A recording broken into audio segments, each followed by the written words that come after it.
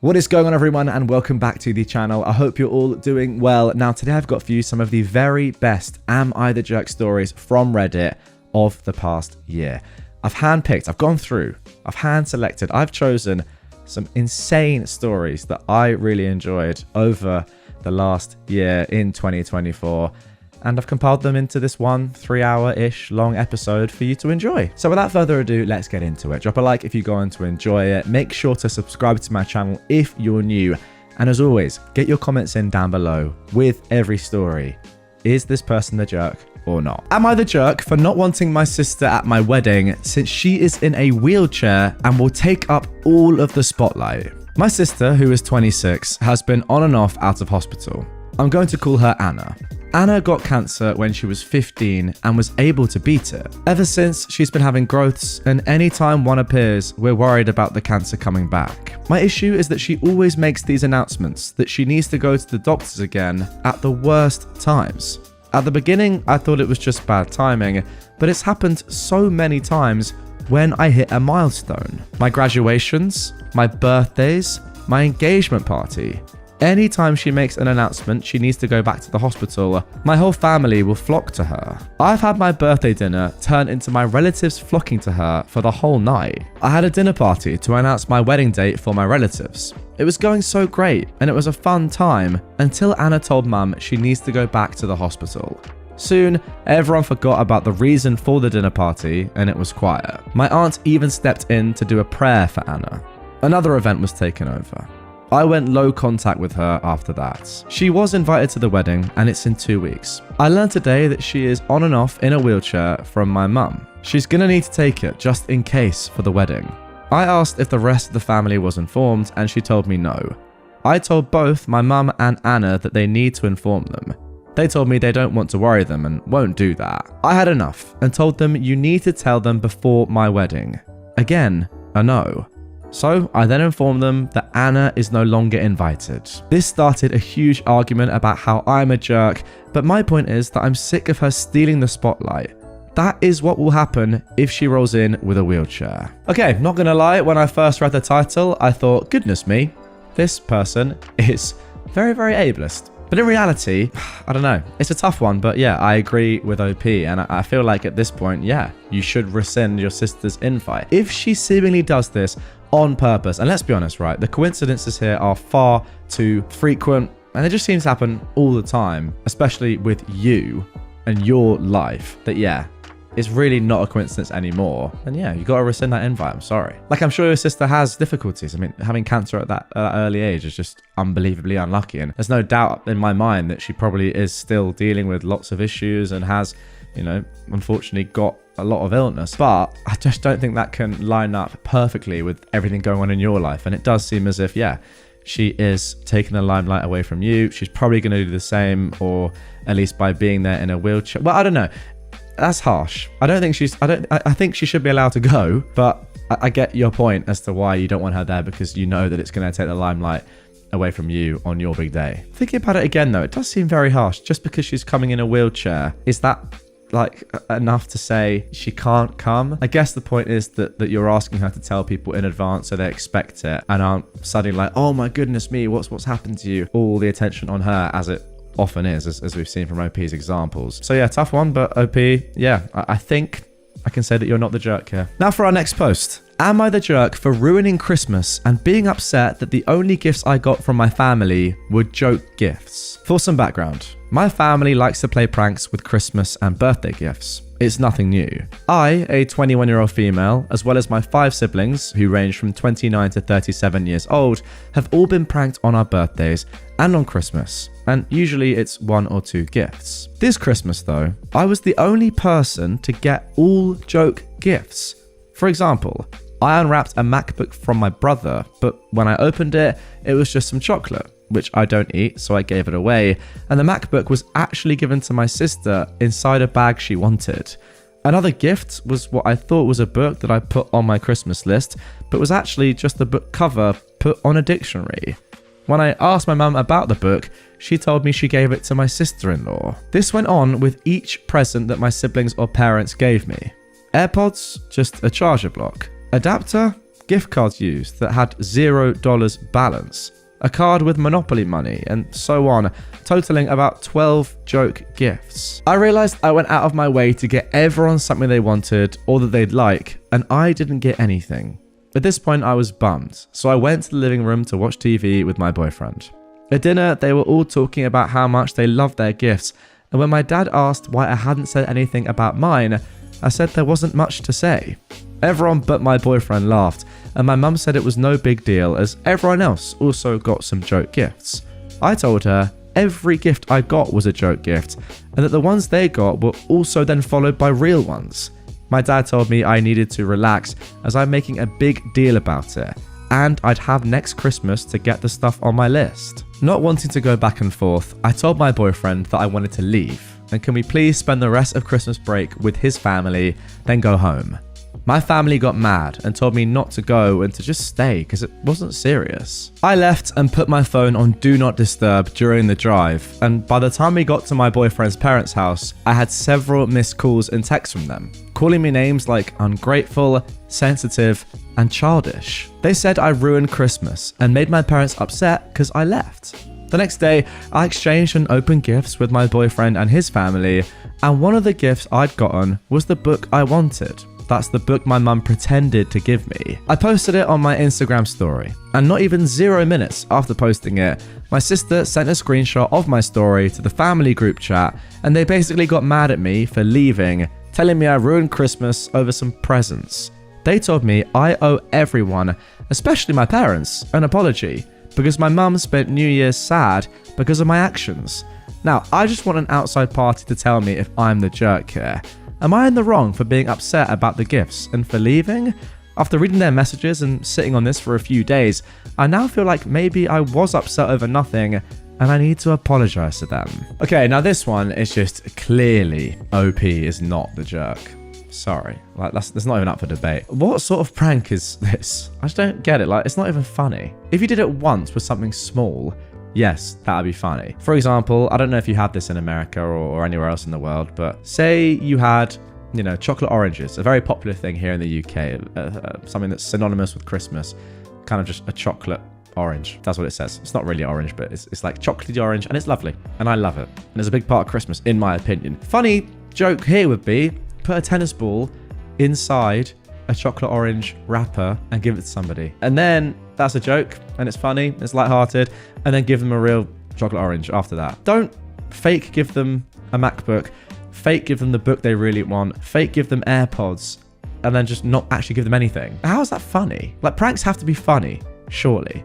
And this, therefore, isn't a prank, it's just bullying a member of your own family. Very, very odd. And then they go ahead and get upset when you leave? I wonder why. I want to pick out this comment from someone actually, which I think sums up really well. I'll put it on screen right now. They say, do not apologize. Your family sucks and you've done nothing wrong. I would write something like this in the group chat.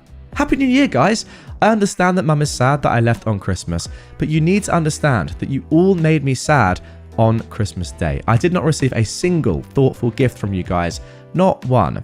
Every single gift I opened was a prank, where the joke was that you actually didn't get me something I would like, but instead you got something intentionally to upset me. My hope is that you all just didn't realize that every single gift given to me was meant as a joke, but it was. Every single one. It isn't being ungrateful to be disappointed in that, and I think you all know that. I am ready to move on from this disappointing Christmas and believe you that next year will be different, but I'll not be apologizing for leaving on Christmas when you all hurt me. And there we go. That is the perfect response. Don't apologize, whatever you do. Am I the jerk for not inviting my friend's husband to dinner because he eats way too much? My friend has been married for a year now to her firefighter husband. She is the only one in the friend group that is married. I usually host dinners every couple of months, and we're going to do a late one for the holidays on Friday. I usually invite him, but money has gotten tight due to the holidays, and he eats so much. I understand why, but it always results in me having to double recipes or I run out of food. So this time, I told everyone that I want to just do a girls' night. This means my friend's husband is not invited. If he isn't there, there is enough food for everyone without double recipes. She called me up, asking why I'm doing a girls' night. And I told her the truth, that I can't afford to make double for dinner and her husband eats a lot. She called me a jagoff, and now she's telling my friends why. Everyone is split, and no one is offering to help with the food bill. Okay, very interesting one here. And to be honest, I'm actually left with a few more questions rather than my answer to your question, OP, as to whether you're the jerk or not. Because I feel like there's a little bit of stuff missing, which is very imperative information to find out if you're in the wrong or not. First of all, does your friend's husband actually say that he needs to eat more food? Right? Does he say at the end of the meal, oh, I'm hungry, you got any more? Or is he just eating food that is there because you've cooked it? I know it works both ways. You cook more because you know he's coming and he eats more.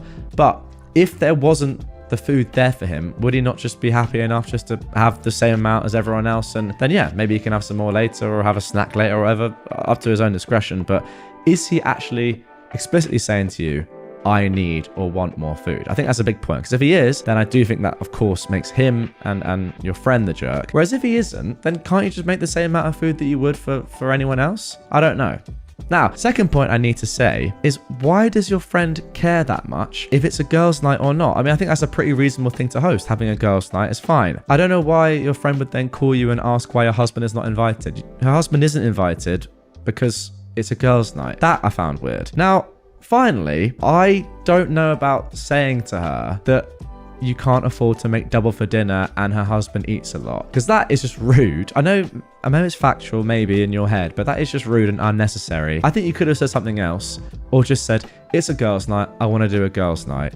Because saying that, like, she's obviously going to tell her husband and he's going to be like, what? It's obviously going to play on his mind, whatever, and going to annoy multiple people by saying that.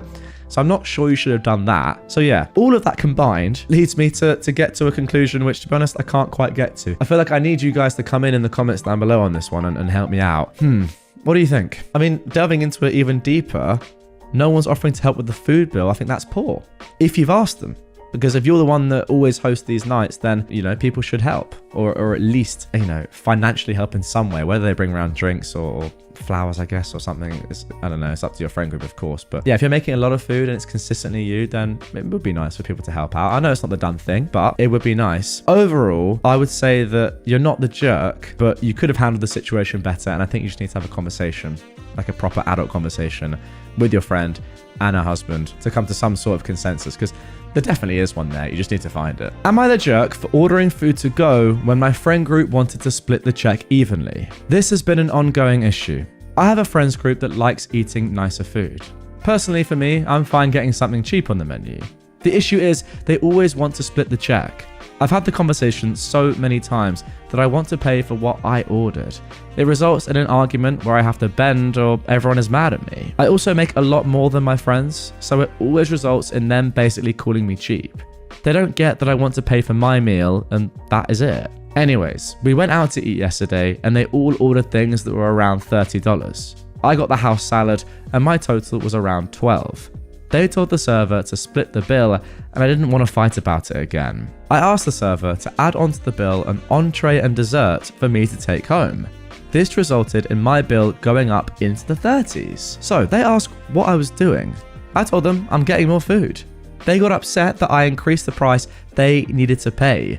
This resulted in another argument and they think I'm a jerk. Okay, I'm not gonna lie, absolutely love what you did at the end. That is just so good. Yes, it's petty, of course it is. But is it fair? In my opinion, it is. If you are spending that much less than other people at dinner, then you don't have to pay the same amount as them. And I don't actually think it matters if you earn loads more, because if you're spending like a third of what they're spending, then you should be paying a third of what they're spending. Now, if it was more like you were spending, say, $20, $25, and they were spending $30, then I'd say, okay, there's no need to be pedantic, just split. Yeah, you might pay a few more dollars than what you actually paid for, but that's part of life. And, you know, you're with your friends having a good time anyway. It doesn't really matter. It's a nice thing to do. But doing this and then doing what you did, I think is very clever. My mum always says, actually, now she doesn't drink really, and when she goes to dinner with her friends, they drink, and obviously alcohol is more expensive than getting a tap water or something, so she gets like a sparkling water, or a still water actually. I think it's a still water, but instead of getting tap water, she'll pay for a nice bottle of still water that obviously is nicer than tap water. Now you could say, is there a need to do that? Probably not. But she says, if everyone else is buying expensive drinks and, you know, beers and glasses of wine or whatever, why shouldn't I if we are going to split the bill, get a drink that I want as well. But yeah, it's more expensive than a tap water, and it is still a water, but you know, that gets me closer to what everyone else is paying for, and it's fair. And I say to that, yeah, that makes sense. And I think I would say the same in this. This is obviously a little bit more petty, buying a whole other meal, but once again, it makes sense to me, and I like what you did. I mean, you could also just say to the staff or whatever, I want to pay myself, and just not like even have your friends in that conversation, although that could get a bit messy. So, you know, again, yeah, love what you did. Let's carry on. Now for our final Am I the Jerk post. Am I the jerk for telling my daughter-in-law she eats much more than me, so of course she is bigger? I'm so tired. My son and my daughter-in-law are staying with me to save money. I cook and we have a serve yourself policy. The thing is, she'll eat a lot more than me. For example, I made chicken. I'd eat only 1 chicken breast and she'd have 3. Basically, she eats a lot more than me, and I don't substitute for lower calorie stuff. I'm not going to use skim milk instead of cream, for example. She is overweight and has been going on about how it doesn't make sense that I am much smaller. I asked if she was joking, and she confirmed that she didn't understand why she is gaining weight. I told her that she eats a lot more than me, so of course she's bigger. This started an argument about how I'm shaming her and not being a good host. My son wants me to apologize, but I find it ridiculous, and this is common sense. Wow, what a way to end it. Just saying, you eat a lot, therefore you're fat. I think you could have handled that a lot better, personally. I don't think you're necessarily the jerk here because you are telling the truth, but there was a lot better ways of handling it than this. I mean, why didn't you go down the education route? Actually, the more I think about it, the more I have to say that was kind of a, you know, jerk move. Just saying, what? It does make sense. You eat 3 times as much as me, therefore, of course you're bigger. It's tough, but I guess fair. But yeah, I think you should have handled it a little bit better, personally. Although you could say that, you know, the truth hurts, and sometimes it is better to hear the truth properly, matter-of-factly, than someone sort of like, you know, stepping around it saying, oh, you're not overweight, you're just, you know, a little bit bigger, that's all. It's probably, you probably just have a slower metabolism, it's probably genes, etc, etc. No, in reality, you fat f***, you just eat too much. Sometimes you need to hear that. That is tough. Well, there you go. Am I the jerk for saying you should have thought about that before you procreated? My ex and I have a 13-year-old daughter, Nicole. Nicole has several medical conditions that require a lot of attention. She will need some sort of in-home assistance for the rest of her life. While we have an aide to help a couple of days a week, it is still a challenge. The outcome of Nicole's condition became clear when she was 2. At that point, my ex and I agreed we wouldn't have more kids because it wouldn't be fair to anyone. There'd be no way we could focus attention on 2 kids. Someone would lose out in this situation. We divorced when Nicole was 5. We originally had 50-50 custody. 3 years later, my ex remarried. His new wife, Callie, is nice. My ex did say that she didn't understand the severity of Nicole's condition. I figured there was a learning curve. Eventually, Callie basically said she wanted to be hands-off, which I respected, though I wondered how it would work considering Nicole lives with them half the time. Last year, my ex and Callie had a baby. I was a little surprised, given my ex was always firm on not having more kids, but figured it wasn't any of my business. He did begin to complain that it was a lot of work juggling Nicole and the baby. I sympathized, but I really didn't know what else to say. Recently, the venting got worse. He said Callie yelled at him for taking Nicole to her physical therapy appointment instead of helping her with the baby. He brought up potentially having Nicole stay with me more. I wasn't entirely shocked, but it angered me. I said Nicole was his daughter. He can't just abandon that responsibility. He asked what he was supposed to do about the baby. I said, maybe you should have thought of that before you procreated. I mean, really, we discussed this 10 years ago as to why it would be hard to juggle 2 kids. Why did you think having another would be a good idea? He got quiet and said Callie wanted a baby. I said that isn't enough of a reason, and maybe he should have thought harder before bringing more life into this world. The conversation ended with me saying I'd call my lawyer and we could arrange for him to have less custody, as I'd rather my daughter be properly cared for than be viewed as a burden. Callie called me that night very upset that I'd made my ex cry and that I said her baby shouldn't exist. I said that's not what I said completely, more that they didn't think it through. She called me a jerk. So, am I in the wrong? Alright, good one to start. OP, first of all, clearly you're not the jerk here. You had that agreement with your now ex. You've stuck to that. You've said I'm not having any more kids. It doesn't matter that you've divorced and he's found a new partner. He made that agreement. And practically speaking, yeah, you guys don't have enough time or resources for another child, even though he's with a new partner now. Doesn't change anything. Nicole has to be the focus. For your ex, I think, what is he doing? Genuinely, what is he doing? Like, he knows he won't be able to look after another kid as well, even with another partner, and he still has to do 50-50 custody. You both know that there's not enough time for another kid, and ultimately, he's just being super selfish by saying, oh yeah, well, Callie wants another kid, so I'm gonna have one. That's probably gonna stretch me pretty thin, but you know, you can look after Nicole more, can't you? And I can focus on my brand new wife and my do-over life, and you know, it'll be fine, right? No, doesn't work like that. I also do put some blame on Callie, of course, as well, for seemingly pressuring your ex-OP into having a kid. She should have known, and I'm sure she did, when she got together with your ex. I mean, he must have told her, right? I have this kid, Nicole. She has difficulties. She's going to need in-home assistance for the rest of her life. We're going to have to be there for her a lot.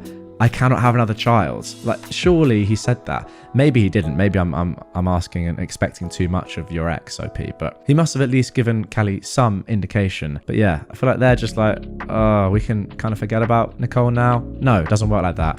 As OP said, it's your kid. Am I the jerk for kicking my brother and his family out after he tried to give me a whorevention? I'm having a hard time feeling remorseful, and I'm unwilling to apologize for calling my brother out and for asking him to vacate my property.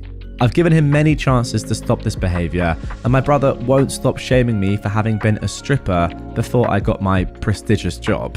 These are his literal words. I'm a nurse anaesthetist. He's been making offhand remarks about me having been a stripper since he found out 6 years ago. He gets on these long tirades about how I am ungodly, unholy, and that the sins I committed can never be forgiven unless I repent and let Christ into my heart. Now, I am not religious. I'm certainly not a Christian, and I will never be one, but my brother refuses to accept this. Also, I only started stripping because his drug and gambling addiction ruined mine and our parents' lives. He remortgaged their house, took out loans and several credit cards in our parents' name, and even sold our parents' identity to his former dealer. I didn't know how bad the situation was until I came home one day from university and found strangers living in our house. My father was too embarrassed to let me know why they were living out of their car. They also never reported my brother to the police because my parents didn't want him back in prison. Last time he went in for 2 years, and me and my parents were blackmailed to pay his prison debts. So, when I found out that my parents, baby sister, and baby brother were living out of their car, I decided to work as a stripper.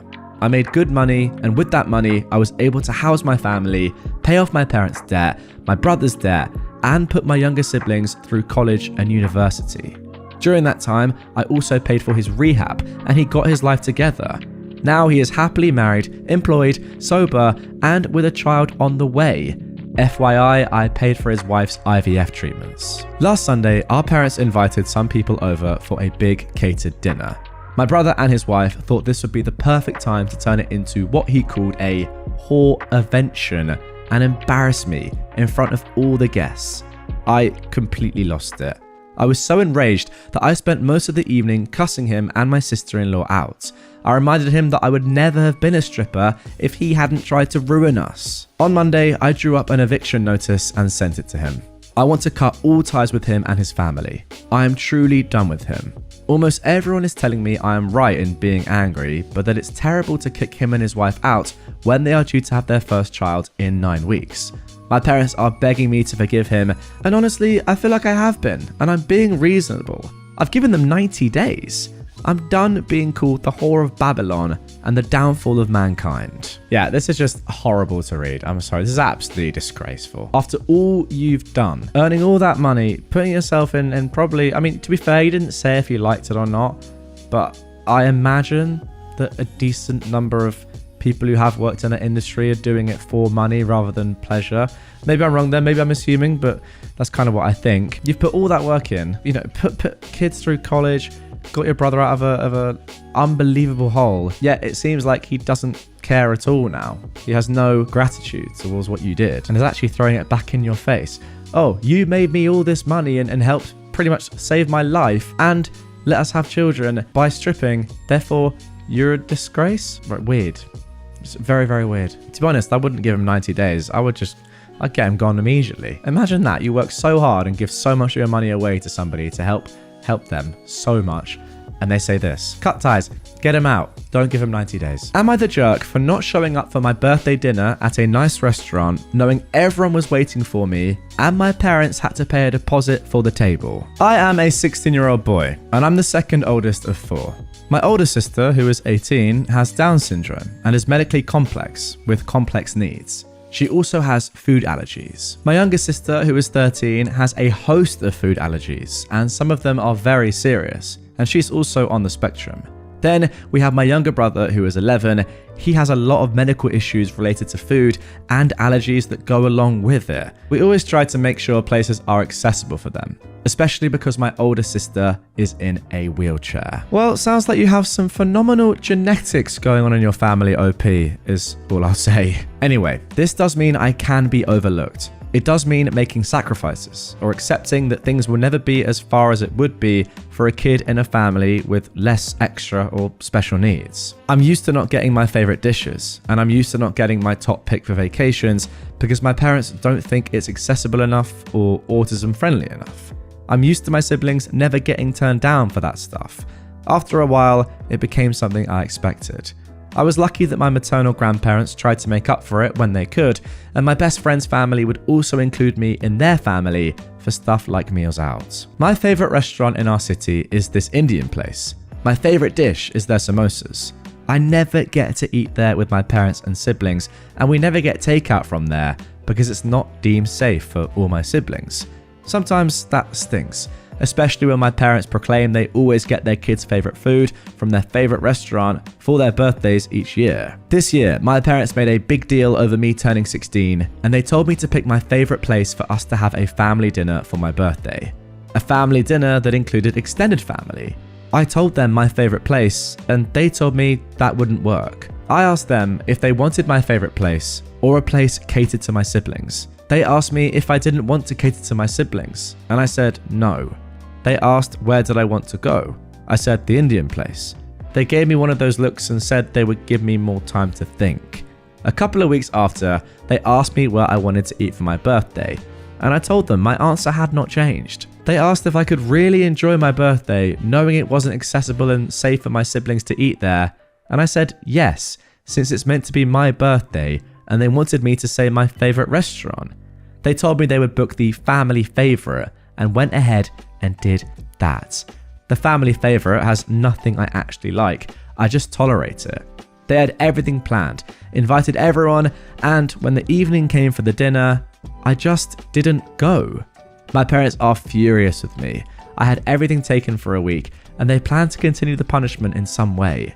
My grandparents defended me, but my parents said I was rude. So, am I the jerk? Okay, you are definitely not the jerk, OP, and to be honest, I just feel super bad for you. This is a terrible situation to be in.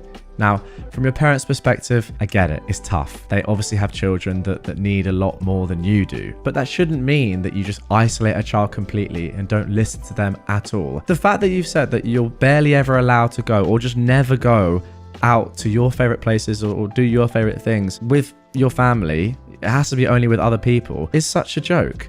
Surely, like at one point, your mum could go out with you to the Indian restaurant. Your dad can stay at home and look after the kids for one evening, or just get a babysitter or something, go out on your own with both your parents to your favorite restaurant, so therefore not putting your siblings at risk, and enjoy yourself.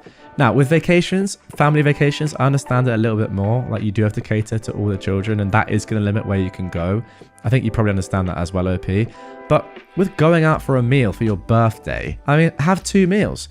Have one where you go out with your siblings. Have one where you go out with your parents and mates or whatever, and people that don't have, allergies and stuff like that, and have a great time at your favorite place. I don't see why that's that hard. Ultimately, the blame obviously has to lie with your parents, who are just completely ignoring your wishes. As I said, fully isolating you from the family. And thankfully, your grandparents are picking up a little bit of the slack, but it's not on them to do this. It's just disgraceful. Oh, to be fair, OP has said below that his best friend's parents even bought him a gift card for the restaurant so he could go out with some of my friends. And his grandparents made sure I was celebrated in a way that actually celebrates me. So, I mean, these people know what to do, and they're not your parents. Your parents, as I said again, are a disgrace. Am I the jerk for dropping off my stepkids with my in-laws and saying that they are not my problem anymore? My wife passed away just before last Thanksgiving.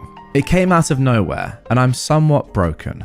To make it worse, my stepkids have decided that since I'm not their father, they don't have to obey me anymore. They are teens, and they have never been my biggest fans. They love their dad, and I was only ever their mum's husband. However, when Dina was alive, they treated our home well and me with respect. After she died, they became jerks. Yes, I know, their mum died, it sucks, but that was my wife and the mother of my children. I'm also having a tough time dealing with it. Their paternal grandparents are also trashing on me for not being more understanding of all they're going through. I've tried. I've offered them counselling. I've given them space. I've been there for them. I'm at my wit's end. The last straw was when we were over there for supper last week. I said it was time to go so I could get the littles to bed. My stepkids said that they didn't want to go and that I should leave them and come back for them. It is a 2-hour drive. I said no. Their grandparents said I was being too hard on them and that I should let them stay. I'm having a hard time with 2 small children, the loss of my wife, and 2 teen jerks without having my in-laws pile on to make my life more difficult. So I did. I also packed up their stuff. Instead of coming back for them, I dropped off their stuff at their grandparents' house. I have 2 kids under 5 to take care of. I don't really have time to baby 2 teens that are just making my life harder. My house is clean for the first time in weeks. My kids are sleeping through the night. My stepkids are living with their uncle in the same city as me so they can finish high school with their friends. Everyone on their dad's side is against me. I really don't care. I was told by both of them and by their father that I'm not to try and parent them. So, I'm not. I actually do not have any parental rights over them. Their dad was not even okay with me being a contact for them at school, so his parents bear the contacts. My wife left behind a small life insurance policy which I will divide between the 4 kids. But I was the breadwinner in my house. I bought pretty much everything there for the last 8 years. So now it's all mine. My in-laws are calling me a jerk for abandoning the kids, but I have 2 kids that need me more. The older 2 have a dad as well as grandparents to help them. My kids do too, I guess, but they also have me, and I want them to have a peaceful home. Okay, great stuff. You're definitely not the jerk. To me, it sounds like everyone has got what they wanted. Your stepkids are seemingly happier. You're happier. I'm sure your biological children are happier as well. What's the problem? The only people that are getting annoyed at you are the in-laws. I think it's completely fine. You found a solution. And yeah, you've taken them up on their offer. Good for you. Also, if you were such a hindrance throughout this entire thing, like, where is the dad? Where is their dad in this? Your stepkids, that is. Like, only when it came to paragraph 4 or 5 or 7, actually. Yeah, okay, no, actually it's paragraph 8. No, paragraph 9. Only when I got to the 9th paragraph here did we even mention their dad. That is how irrelevant he seems to have been in this whole thing. Where is he? It's your kids. Step in. Date them. I don't know. OP's definitely not the jerk, no matter what's going on there. Now for our final Am I the Jerk post of this episode. Am I the jerk for cancelling our anniversary trip because my husband drowned my terrarium? I am a 29-year-old woman, and I travelled across the country to visit a company regarding an incredible job offer. I spent 2 days touring the company to decide if it would be the right fit for me after years of self-employment. After meeting with the company, I visited my sister, who is 32, and her family a few towns over. We barely get to see each other because of work and distance, so it was wonderful to spend a few days with her, the family, and her new baby. I was gone for a total of 8 days. When I returned home, I was excited to spend time with my husband and tell him about the trip, my visit with my sister, my impression of the city, etc. We were meant to be celebrating our anniversary and decided to put off the discussion about whether or not I should accept the job offer until after our anniversary getaway. I'd arranged for us to go on a luxury train ride because he's a big train enthusiast, and we were meant to leave for the trip 3 days after I got home.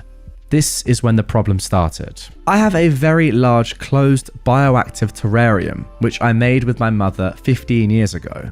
It's one of my favourite things I have of her before she passed. This terrarium is my pride and joy and has come with me everywhere since we planted it. It was always super healthy and beautiful, and I've only ever had to open it 4 times to do a little maintenance and watering. My husband knows all of this, which is why I don't understand why he decided to tamper with it in my absence. I didn't notice the night I got home because I was exhausted, but the next morning I went to check on the terrarium to find it in a terrible state. The roots were rotting and the plants dying and moulding. He told me that the day I left, he poured a few cups of water into the vessel and sealed it again. I was so mad I cried, and it turned into a huge argument because it's just a plant and all you do is look at it anyway. He called me ungrateful and overdramatic, and that I should appreciate that his intention was to help me, and that he didn't ask because he didn't want to bother me on my trip. I ended up cancelling our anniversary plans, partly because I was so upset that I didn't want to go, and partly because I wanted to try and salvage the plants, and that would require time. He hit the roof when I told him, and is now sleeping in a separate room and refusing to speak to me because, according to him, I'm being petty and trying to destroy our marriage. Am I being oversensitive about my plants? My friends are pretty evenly split and have pointed out that he was just trying to be thoughtful, however misguided it was. Okay, I think that makes it 5 for 5, not the jerks here. There's no way you can possibly be the jerk. Like, yeah, he was trying to help, but surely throughout the time that you've been with your husband, he has known how to look after your terrarium and what exactly you do, or not do, actually, to make sure everything's okay. If you just leave it as it is for the majority of the time, surely he'd know that. Like, or at least he'd ask you before chucking water in it to make sure the plant's all right. It's just stupid. Now look, he probably is just a dumb guy when it comes to plants, like most of us are. I mean, look at that, guys. Does that look real? It's not. Do you want to know why? Because I probably couldn't be trusted to look after a plant, and also can't be bothered, right? I don't really care. Maybe it's a guy thing, but I wouldn't, like, say, you know, someone that cared about plants was like, oh yeah, I'm leaving, and then didn't even mention their plant. Either I'd be like, okay, well, do you want me to look after it? What do I do? Or I'd just say, if they wanted me to, then they would have told me, especially when it comes to my wife. Do you get the point? I mean, look at this. Don't trust guys with plants. I don't know. What a stigma that is, and a sweeping statement, but it's the truth. Nonetheless, your husband's an idiot. Sorry to let you know. Am I, a 38-year-old man, the jerk for cutting back on work to prove a point to my 30-year-old wife? My wife is usually an angel of a woman, but has recently gotten into a friendship with a woman whom I personally believe is a bad influence on her. Not in a patronizing way, more of a lay down with dogs, get up with fleas type of situation. I never said anything about her childishness or her very radical misandry because frankly, it doesn't affect me. Until it did. A few months ago, my wife began pressuring me to do more around the house. Before I get an instant "you're the jerk" here, we already split chores and childcare. Admittedly, she had a bigger cut than I because she is a stay-at-home mum, but I do most of the cooking. Breakfast and dinners. Lunch is her responsibility for her and the boys. I take out the garbage and I do laundry, and I deep clean the bathrooms once a week. I do also help with our boys' homework and such. She insists that I am not doing enough and that I should be doing more around the house. I tried having discussions with her, asking what she expected from me. Namely, all chores and child rearing should be my duty, it seems. And for months, it seemed to be going nowhere. She used the D word more than once when speaking on this, which felt manipulative. I presume in this context, the D word means divorce. It boiled over when we were out with friends one night, and she began talking about how I never helped out and how I use her as a house slave. Those were her words. I will admit, I saw red. Now, this next part is where I may be the jerk. I didn't say anything that night, but the next day I asked my boss to be given reduced hours for the next little bit due to stress. And I took over everything in the house. I cooked breakfast and I made lunch for the boys before I drove them to school. I cleaned the house top to bottom. I did every dish we had twice and so on. My wife was blindingly happy and bragged to her friend that she finally had me worn in. She didn't lift a finger for around a month. Then she began asking why we never went on dates anymore, complaining that she wanted to get her nails done as they were growing in. I explained that I had to take that out of our budget so that we could continue to afford everything else. But we could absolutely have a movie night in and I could paint her nails for her. She was unhappy with that solution, so I asked her if she would want to get a part-time job for either luxuries. You would have thought I asked if she wanted to join a cult. She then asked if I could just pick up more shifts at work to cover her other expenses, and used the phrase, "be a man," which I found more than a little insulting. I then asked her if she would be willing to go back to splitting the chores and such, which is when she began to catch on that the two were related. She yelled at me that I was being a manipulative jerk for doing this, and even claimed it was financial abuse. I stood strong for a while, but now I am questioning my methods, because even I feel that what I did was a bit underhanded.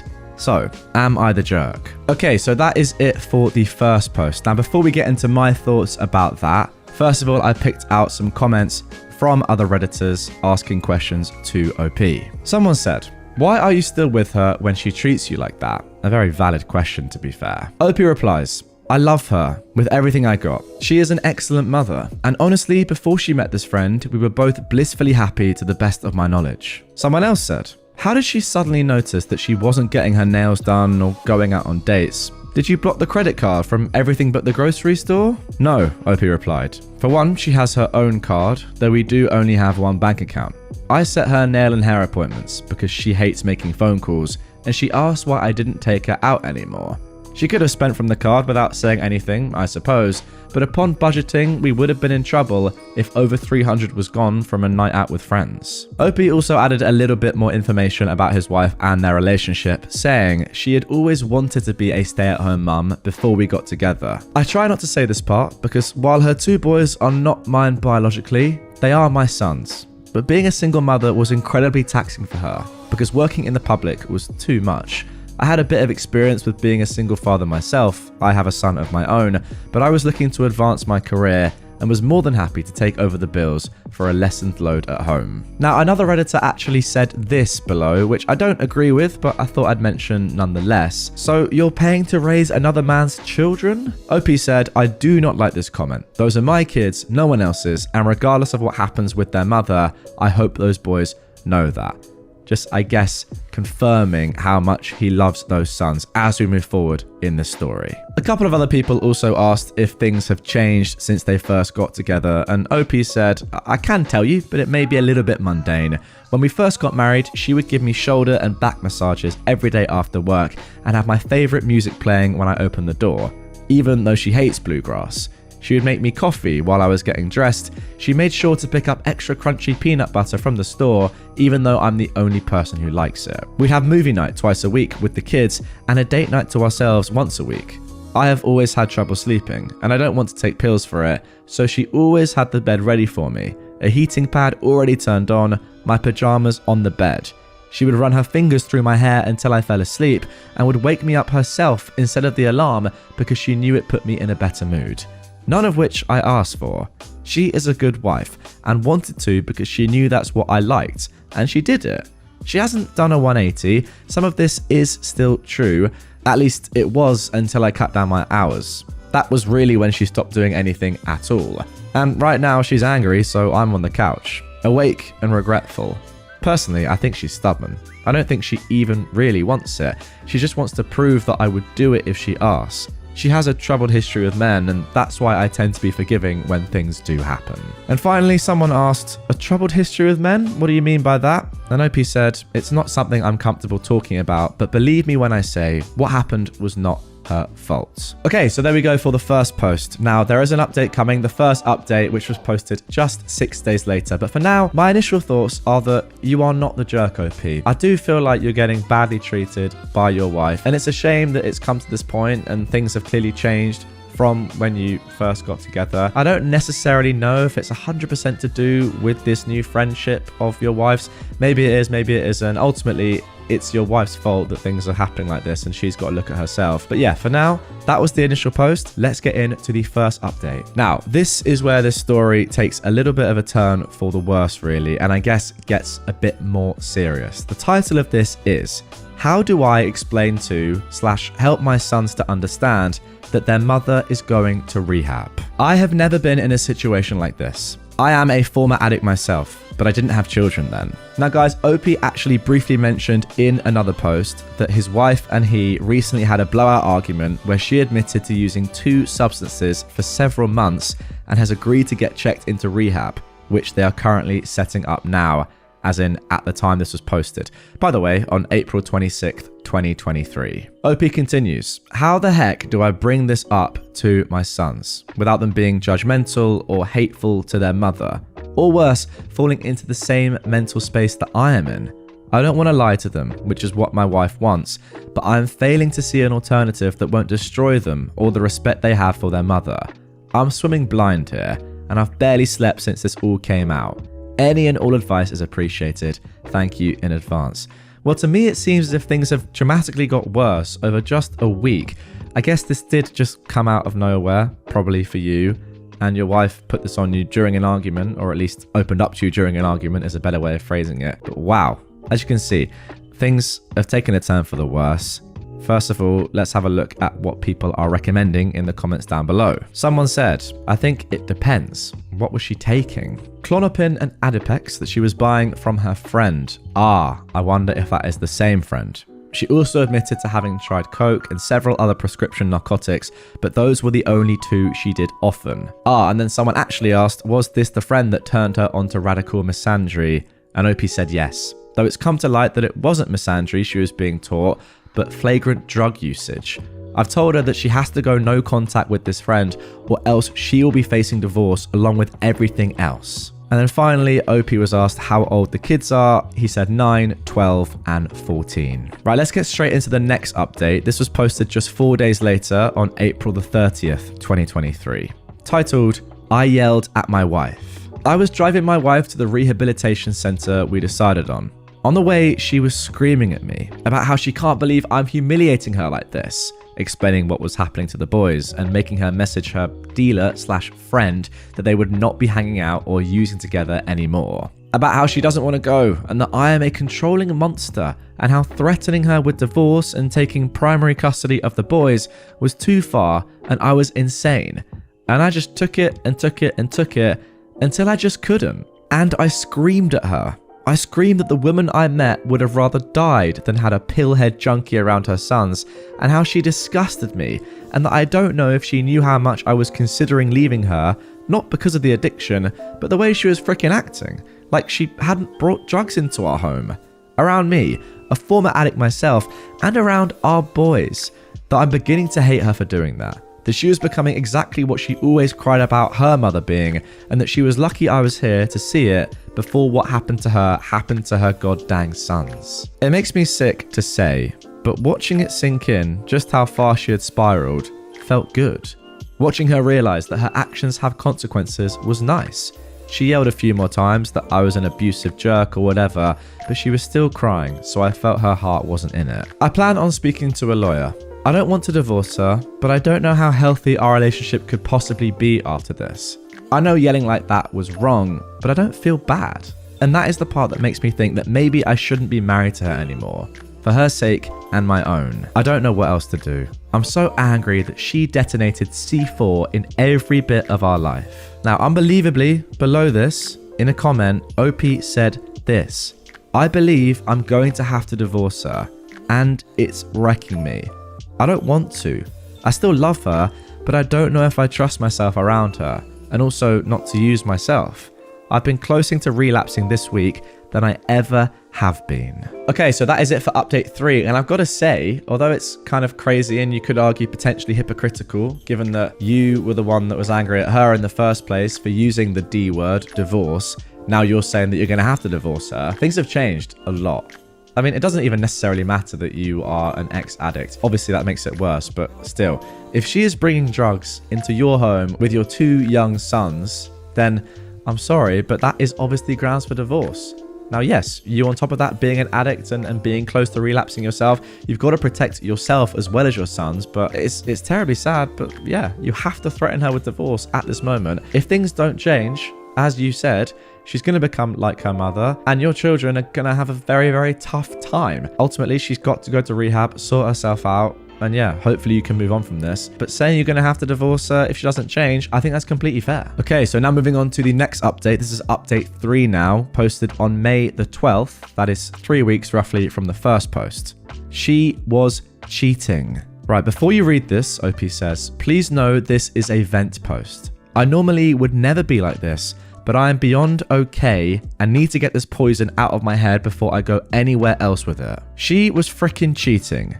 The drug dealing friend sent me freaking videos of her dancing and grinding on this ugly hick looking dude. I am goddamn destroyed.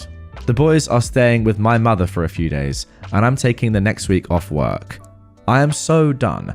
I've never been so angry in my goddamn life. She was so smug sending it. In case you don't realize, you're replaceable to her.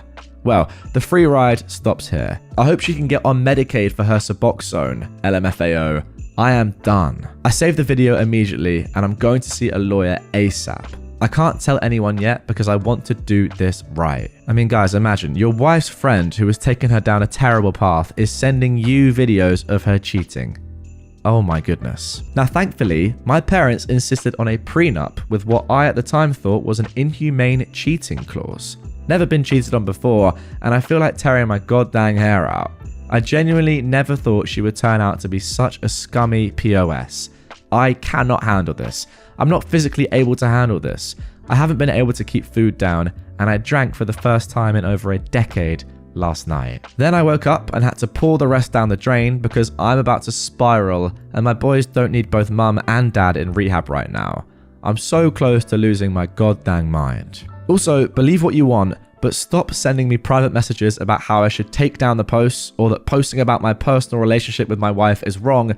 Please, leave me be. It will not work. This is the only place I can talk about this stuff. That is obviously a message from OP to other Redditors who've been commenting and DMing him, I guess, giving him advice to take the post down or be a little bit more thoughtful. I completely understand. In his situation, he's clearly spiraling. So much bad stuff is happening. He just wants to vent. OP adds this as well, just a little bit of clarification about his children and potentially who his wife may have been cheating on him with. 2 of my 3 sons are stepsons, but I adopted them. They never had a father due to their bio dad being an absolute POS. My biological son is the youngest and was born to a girlfriend who is not in the picture and doesn't want to be. My sons are 9, 12, and 14. My wife had 2 jobs when I met her, though they were both terrible jobs, and I've been looking into finding her a better one. Now, when it comes to the dealer, she was getting the drugs from her friend, who is the woman, and a few of the men who she cheated on me with. Wow. Okay, let's move straight on to update 4 now. This was posted on July 19th, 2023. That's 3 months from the original post. Titled, "My soon-to-be ex-wife is in the hospital after an unalive attempt, and I feel like a monster." Okay, wow. First of all, OP gives a quick summary about what has happened so far. The short of it is, OP was blind to his wife's addiction until she admitted it and went to rehab. While she was in rehab, I was sent evidence that she had been cheating often and with more than one person. I've been working on filing for divorce while she's in rehab. Not just for the cheating, but because with that on top of everything else and myself nearly sinking back into my own addiction due to the stress, I couldn't stand to even think of her anymore. And there's no healthy relationship that has room for that mindset. I honestly didn't want to be in a room with her again, to try mediation or counseling, due to the fact that the last time I was alone with her, I raised my voice, and at the time even felt she deserved it. I of course now know that me doing that was terrible and could be considered abuse, yet that is another reason I should not be in a relationship with this woman. I think OP is being pretty harsh on himself there. He's being screamed at and he's not allowed to raise his voice. I mean, come on. I moved all of her belongings to our guest room, minus the pills I found hidden in her bedside table. I took pictures of those in their hiding spot, then flushed them. I also removed her from my bank account and credit cards. I spoke to my boys, explained the situation without demonizing their mother to the best of my ability, and they seemed to understand that I have no intention of abandoning them, and blood or not, they were my sons. Then she came home. The boys were, and still are, away at camp, a birthday present paid for by my mother. She was quiet, eyes on the ground after the moment I picked her up at the facility, all the way home.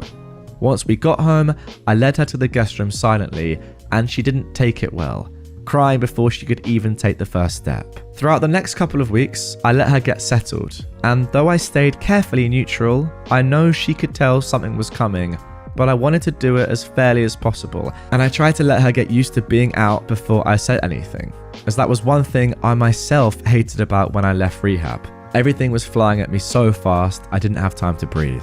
Finally, I asked her to sit on the couch, and I began explaining to her that I do not believe I can continue being married to her, and that I wanted divorce. I should have known her reaction was all wrong. She didn't say anything at all.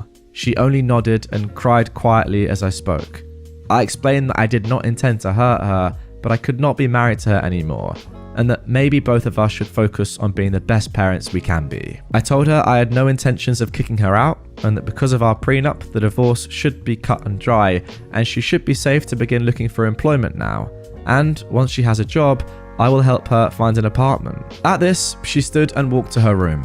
I let her because I thought she must have been overwhelmed, and this talk could wait. She didn't come out at dinner time, and I weighed whether I should leave her alone or not.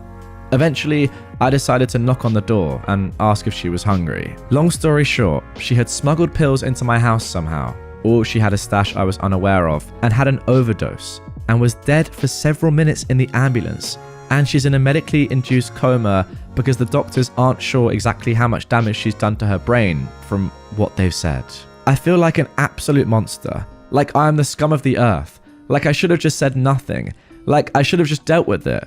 Just held it in and stayed. I am responsible for this, and it kills me. I may not have the same love for her as I did, but I do feel so very sorry for everything she's been through. It's killing me. I haven't told my sons yet, and I'm debating waiting until they're back from camp so they can have a little more time without this on their minds on top of everything else. Okay, now I think this is where this one gets really, really difficult, and I'm going to need some help in the comments down below, guys. Get your thoughts in. For me, I understand why OP is blaming himself for this, but I can't get behind him saying that it's his fault, that it's killing him because it was, his doing and he should have been nicer and let her be, etc, etc. Like, I get it. When you're in the situation, you probably think that, and OP is clearly a nice guy and, even despite all of this, still clearly has a lot of love for his wife, and that is the reason why he's saying these things. Can he be the one to blame for this? Surely not. Surely not. Like, surely it's on her, right? And I get it, she's not in a place to be making these sort of decisions, but I don't know. It just feels wrong that he is blaming himself for his wife's actions. Let me know what you think down below. It's a very, very tough spot. What do you do in this situation? What do you do? There's no right answer, obviously, and it's an impossible spot, but still, I just feel bad that OP is saying that he was in the wrong and that it's his fault, because it just wasn't, in my opinion. Okay, someone asked OP below the 4th update, where is her family in all of this? Not my story to tell, he says, but she doesn't have much family alive, and the ones who are, she has no contact with. She has other friends, but I don't know which ones were enabling. They all know what's going on. I messaged all her friends, except the dealer, though clearly she knows now from messages she sent me.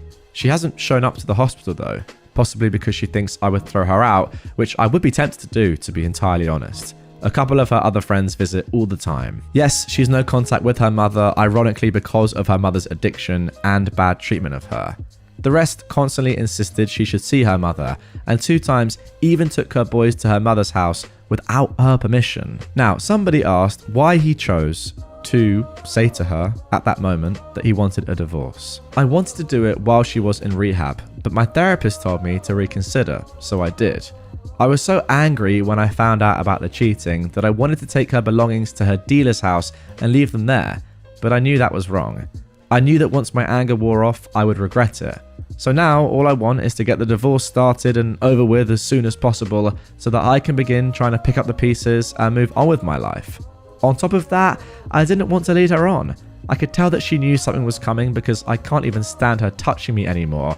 It makes me physically ill. If I had known she was going to try and unalive herself, I could have closed my eyes and grit my teeth and let her do whatever. But honestly, even now, after what she did, I know that isn't feasible for me. I still found myself wanting to start fights, to yell, and I know that I am not a strong enough person to be in a relationship with someone who hurt me that much, who disrespected me, my home, and my children that much, who took my own past experiences with drugs into account so little that she brought them into my home directly under the nose of myself and my children. Pun intended, by the way. This is as much kindness as I can afford to extend to her anymore, for my own mental health's sake. Then, 5 days later, OP added this on the state of his wife. She is not awake yet. I took the advice of some of the commenters and went to go and get my boys to see if they wanted to see their mother. I explained the situation to the best of my ability, age appropriate, and I asked if they wanted to see her. They all agreed eventually, but the eldest only wanted to go to support his brothers.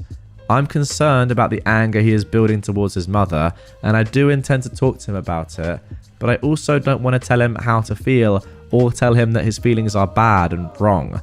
I was already working to get them into therapy, but I'm going to expedite that. Opie added a little more after this on the cheating, giving some context around his wife's cheating as well, saying, there have been multiple pictures or videos of her dancing on and being appropriate with men since my initial post. I haven't blocked the friend because she sent me a large amount of proof of infidelity for the divorce. And in that post, the hick she was dancing on was a man. Perhaps people are confused because her woman friend sent the video. Perhaps the wording was bad. Yes, I do know that trauma is the gateway to addiction, as I am an addict and my own CSA from my uncle and general abuse from both my parents. I can't say I know what made her start using, but I can say I know she had a rough childhood and even worse teen years. And also, regardless of sexual identity, if I found out my wife was engaging in sexual acts with women, I would, of course, also consider it cheating. She was doing other sexually inappropriate things, but no, I didn't get any straight up sex tapes. I'd rather not go into it further, but I think you can get my drift. And now let's move on to the final post, posted on February the 13th, 2024, just a couple of weeks ago at the time of recording. That is 7 months after the first post, titled, My Wife is Dead. My wife is dead. I haven't updated in a while, and I'm sorry, but I'm sure you can guess why I wasn't feeling up to it. I know that everyone said that she was manipulating me or trying to make me stay with her, but honestly, even if that was the case, it didn't matter. Because the moment she woke up, we both started crying and talking, and we didn't stop for days. She went back into rehab for a little while, came out, and we did both couples and solo therapy for both of us. She seemed happy. She seemed better. And I'd hoped that the crazy was over, that we would just be happy again. I didn't update then because, frankly, I was scared how everyone would react. I don't do well at getting yelled at. She promised me that if anything happened, if there was anything she needed to talk to me about, she wouldn't hesitate. Everything was going well. And now, when I asked myself if there were signs she would go back or that she never stopped, the answer is no. Nothing except the fact that she had an overdose at her friend's house while I was working and died on her couch. The friend didn't even want to call an ambulance. Her boyfriend had to convince her to. I don't think either of them were arrested that day, but I know from the paper she was picked up a couple of months ago for selling. Everyone kept telling me to go to the police, and frankly, maybe I should have. But frankly, with the way the police act, it wouldn't do much good. Since then, I have been drifting terribly. I took up smoking again, something I quit before I got married because she hated the smell. I hate it now too, the smell I mean, but the hand to mouth is nice. My sons are in therapy and are taking the loss as well as they could be expected to. The younger two talk about her a lot, but the eldest is mostly angry. I'm thankful he doesn't seem to want to say things to his brothers about it, but I always let him tell me anything he's thinking, even when it breaks my heart. I know that maybe everyone here has an idea of who my wife was, but one thing that you could never deny was how much she loved our boys. They were her pride and joy, absolutely everything to her. I miss her. I miss her so much it feels like a death rattle to breathe. There's never music when I get home anymore, and I hate it. I hate the quiet so much that some days before I go inside, I sit in the car and just cry because I know she won't be there. I haven't even been able to clean out her side of the bathroom yet. It hurts too much to think about getting rid of her perfume or her toothbrush. I haven't felt like writing for obvious reasons, but there's something that feels important now, so I will. Valentine's Day is tomorrow. On the way home from work recently, I caught myself calculating flower prices before I remembered that I have no one to give them to unless I put them on her grave. I remember being angry at how expensive roses were getting, and now that seems so silly. I just wanted to say, if you have someone you love, please cherish them. Do something extra nice for the person you love tomorrow, for my sake. Nothing crazy, but maybe you can dance around the living room to your song or read to each other. Something soft or good to let them know you're real and really, really there. I know that's so cliche and corny, and if Alex were here now, she would actively bully me, but sadly, the old guys were always right. Life is short.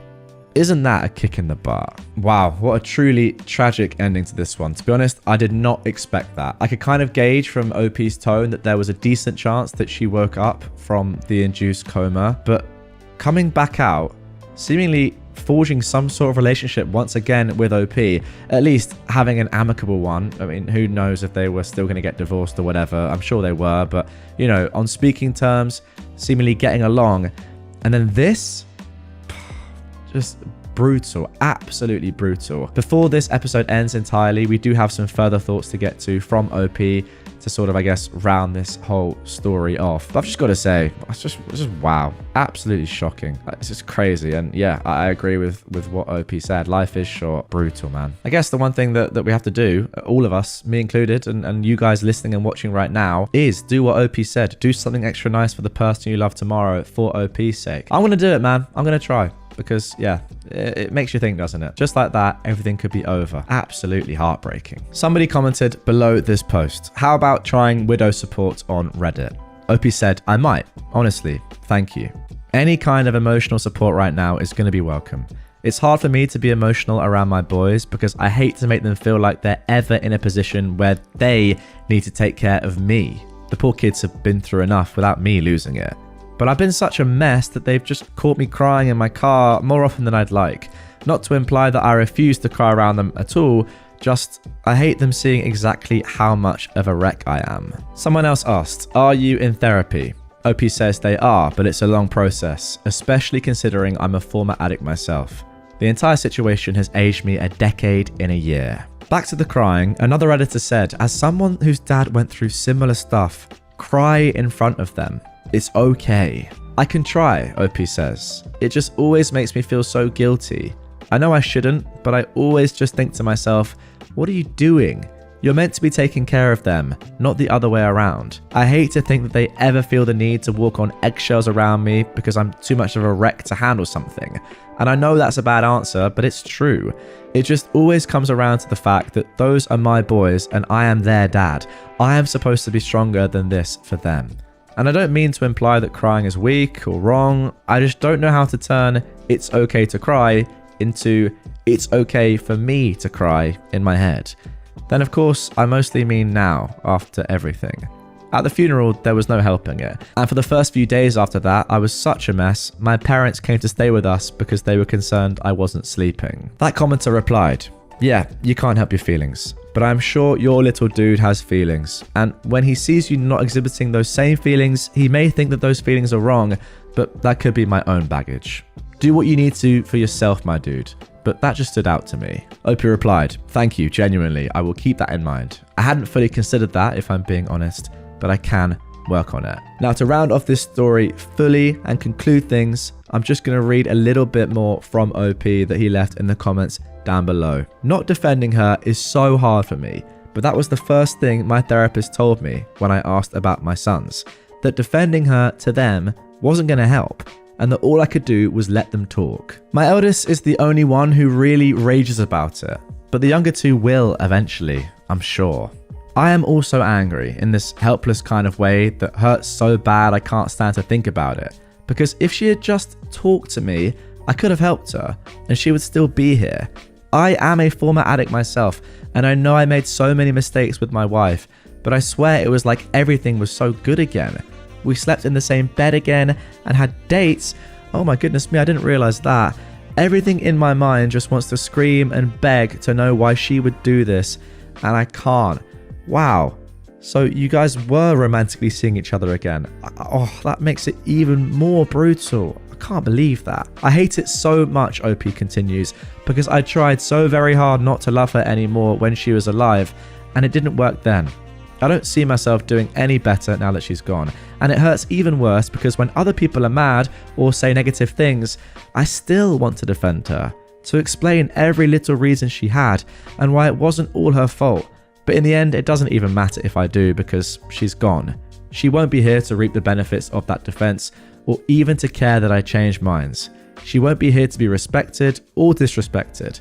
It feels pointless, but I still want to. and it makes me feel like a freaking moron. Okay, and there we go. That is it. That is where we're going to leave it. But before I go, I'm going to leave you guys with just my own short thoughts on this. I could comment on the family in general, on the wife, on the kids, on everyone else in this situation, and what we could possibly have done to have improved things and made this not happen. But I feel like realistically, without knowing the person and the people involved individually and really knowing them, as OP says, that's sort of pointless.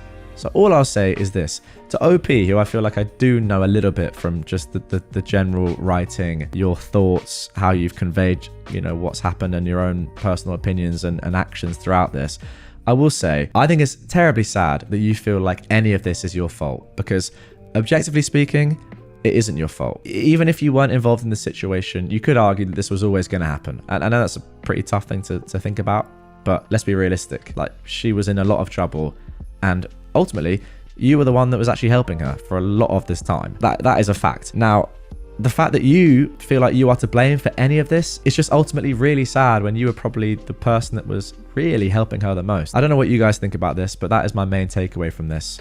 OP is the one that's going to have to live with this for the rest of your life. And if you feel like you are genuinely to blame, that is horrible, because you're not. By the way, I completely understand why you feel the way you do, but it's not your fault, and it never was your fault throughout any of this. And I hope that for your own sake and your son's, OP, that you can move on from this and rebuild your life and find some positivity in the world. Am I the jerk for breaking up my engagement because my fiance isn't traditional enough? This was originally posted on the 3rd of March 2024, just 2 weeks ago at the time of recording. A little background. I am a 26-year-old woman, and I come from a relatively traditional Asian family, so sorry in advance for the bad English. My father owns a rice wine brewery, and my mother helps him with it. Even though I said my family is pretty much conservative, from what I've seen growing up, my father never told my mother to do all the chores, and he helps her with them. My father always says that he couldn't provide for the family alone and she has to work. That's why he never expects her to do everything in the house. Just like how they share the responsibilities to earn for our family, they also share responsibilities taking care of the household. Now enter my fiance, a 29-year-old man. We met on social media. He is an American who is currently working in my country. We've been dating for 3 years and have been engaged for 5 months. He always tells me he's looking for a traditional woman and wants to date with marriage in mind. He said that women who are able to take care of a household and a child rearing are admirable. And I always agreed with him without much thought, because that is indeed an incredible feat, right? Well, he's working in a small university and I'm currently working in hospital. We saved enough to buy a house with a little bit of help from my parents, but we haven't moved in together yet because, Asian parents. But anyway, on my father's birthday last week, we talked about marriage once again. He doesn't think his income alone would be enough after our marriage, and it's giving him insecurities. So I suggested that I keep working after marriage, and that's not a problem because we'd be partners. My father also offered that we take over his brewery, and while I found the idea lovely, my fiance on the other hand seemed hesitant about it, but he agreed that I should keep my job. That was when the first problem started. I told him that since I have to work, then I expect he'll help with the household chores later. After I said that, he suddenly got irritated. He said that he'd been telling me he's looking for a traditional woman and that now he'd been catfished since I don't want to take care of every house chore because I'd still work anyway. Yeah, major red flags instantly. Whenever he said he's looking for a traditional spouse, I always thought that he'd also be a traditional spouse, aka being sole provider so I can focus on taking care of the house and child if we ever have any. But when I told him that, he said I'm a gold digger and materialistic like any other woman, even when I never once asked him to be a sole provider. He brought that up first. Mind you, I didn't even let him spend alone whenever we go out on a date. For example, if he paid for dinner, I paid for coffee and the movie. Even my father willingly offered his brewery if we want to take care of it as a means to provide for ourselves. So where's the gold I should have been digging here? That was when I actually put the ring down and I told him that I want to break up. I told him he's not traditional enough if he wants a fully traditional wife. I didn't want to deal with someone who could easily call me a gold digger because I want to share the chores. That hasn't even happened yet, in front of my parents. I can't help but think that if he could easily say what he said in front of my parents when we haven't even married yet, then he could say something a lot worse when we're married and alone. I went home alone and he texted me saying he was sorry and didn't mean what he said. He asked me to meet, but I don't feel like it. However, when I told my friends, most of them told me I was a bit too emotional, hasty and impulsive, that I might look like a jerk because I don't even want to meet him. His mother is now trying to talk me out of it and saying that I'm too old to act like this, and it's the culture barrier that's led us to this point. So here I am, trying to look for a new perspective. Am I in the wrong? Right, before I get into my thoughts on this, first of all, let's have a look at some relevant comments. Someone below this asks, what did your parents think? OP replies, my parents don't really speak English, so they can only understand bits and pieces of what was said. My father initially felt bad. He thought we fought because he brought up the business, but after I told them the actual reason, excluding the gold digger and materialistic remarks, they are fully on my side. And if I want to end it, then I should, they say.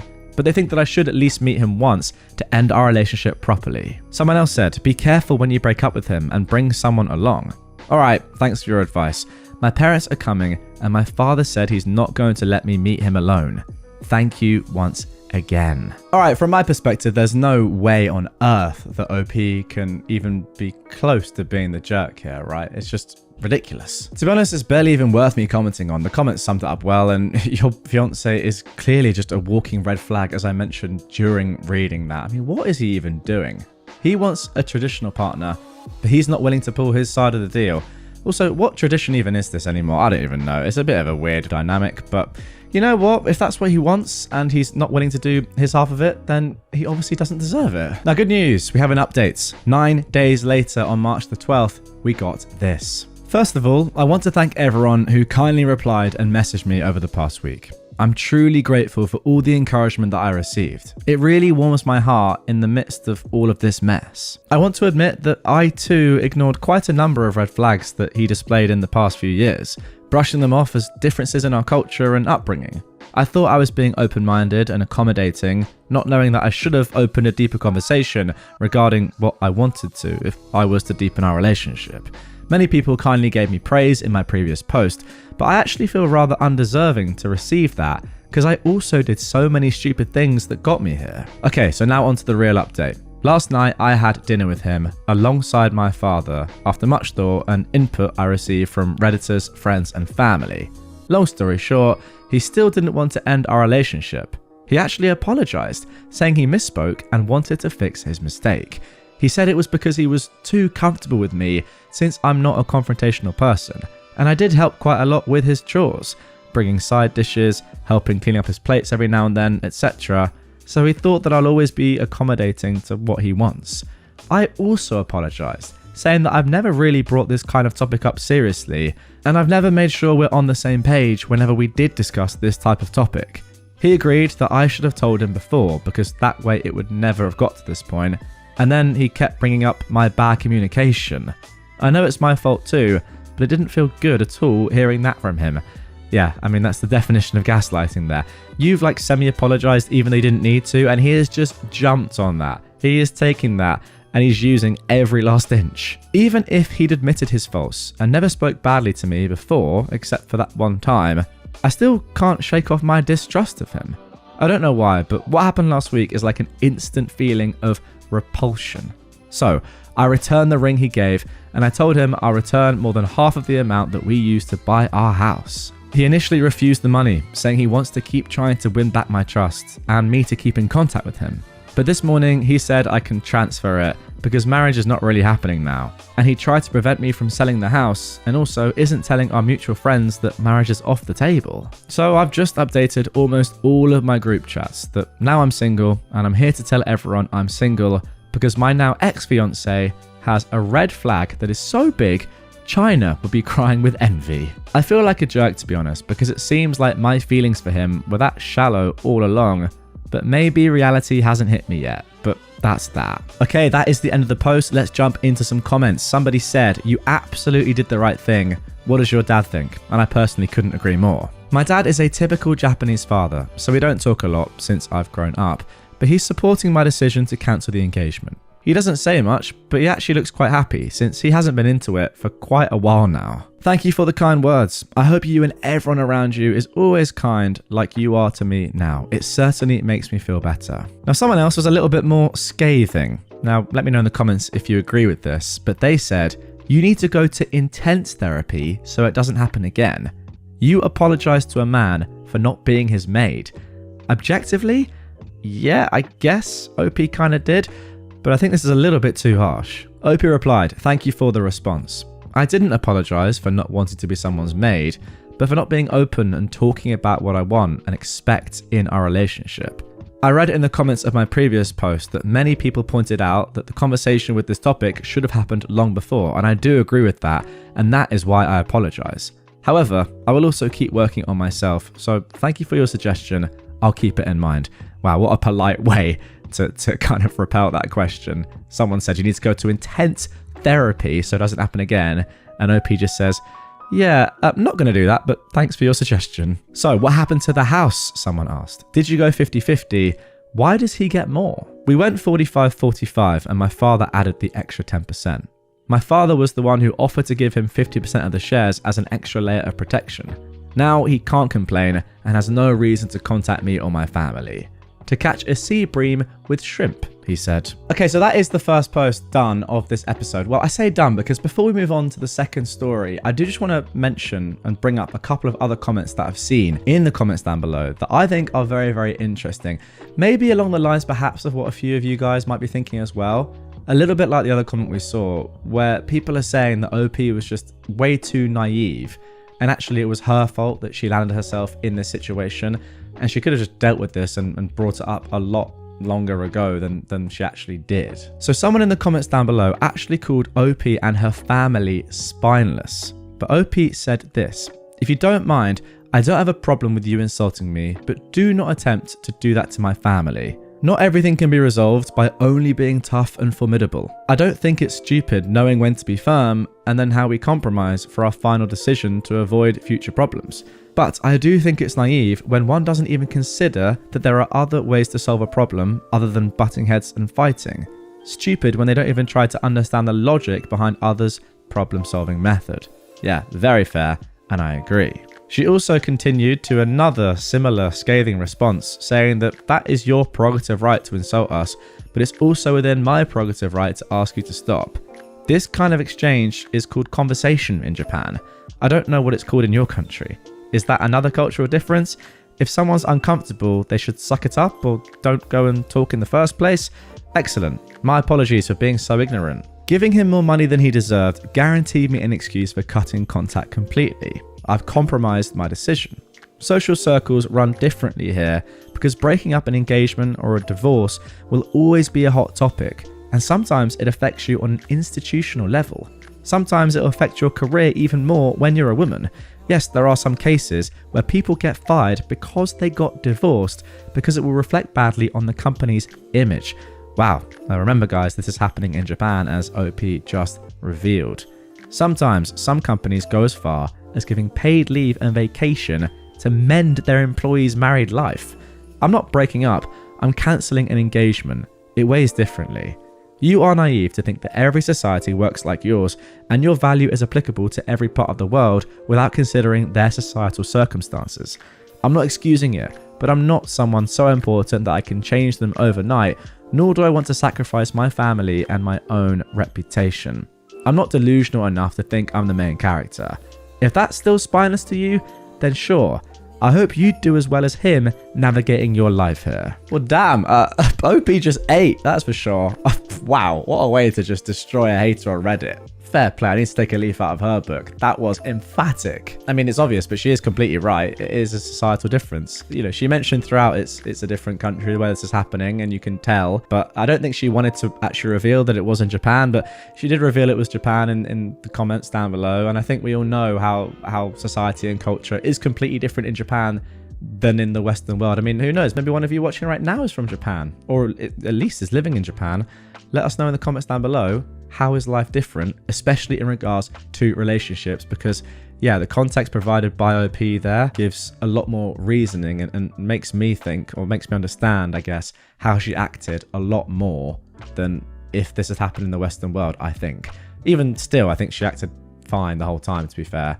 And yeah, she's absolutely right. Is it really necessary to just fight and have a massive argument and potentially cause yourself years of like emotional turmoil?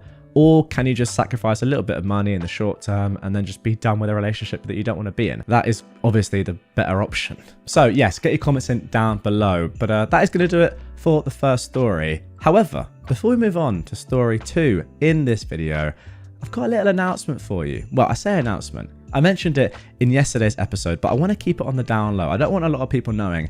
I only want you, the core fan, the core watcher and listener of my channel, the one that is still listening and watching right now, despite the fact that we're over 10 minutes into this episode, to hear this. If you are a fan of relationship stories and drama, just like the one I've just read and the one I'm about to read, then you might be interested in my brand new channel, Redditor Extra, where I cover purely Reddit relationship drama stories. Obviously this right here is my main channel and it's not going to change, but I can't cover exclusively relationship stories every single day on this, despite the fact that at the moment I kind of want to. I'm really enjoying them. So for that reason, to be able to do that, I've started a brand new channel, Redditor Extra, where I'm going to do that hopefully every single day. I've already posted 2 videos over there, and by the time you're watching this, the channel may well have over 1,000 subscribers. You guys are loving it. So thank you very much for the support. If you want to check it out, it will be on the end screen of this one and also linked sneakily in the description, but nowhere else. So don't go telling people about this.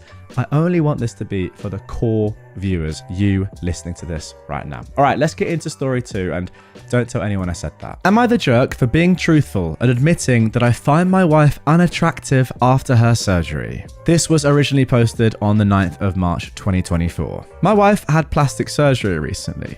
We discussed it and I was against it. It wasn't my decision, and ultimately though, I had no say. She looks weird now. She had the fat sucked out of her face, lip fillers, a neck lift, other stuff I don't really get. She gives me uncanny valley vibes now. It freaks me out. She's fully healed now and she wants us to go back to normal, like me initiating sex.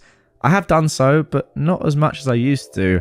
And when I do, I try and make sure there's very little light. It's been a few months and I kind of dread having to look at her. Obviously, she's noticed. She's been bugging me to tell her what's up. I've tried telling her I'm just tired from work or that I'm run down.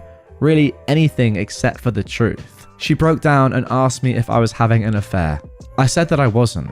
She asked to look at my phone. I unlocked it for her and handed it over.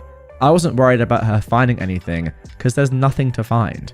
She spent an hour looking through it and found nothing. She asked me to explain why I changed. I tried explaining that I just wasn't that interested right now. Nothing I said was good enough for her, so she kept digging. I finally told her the truth.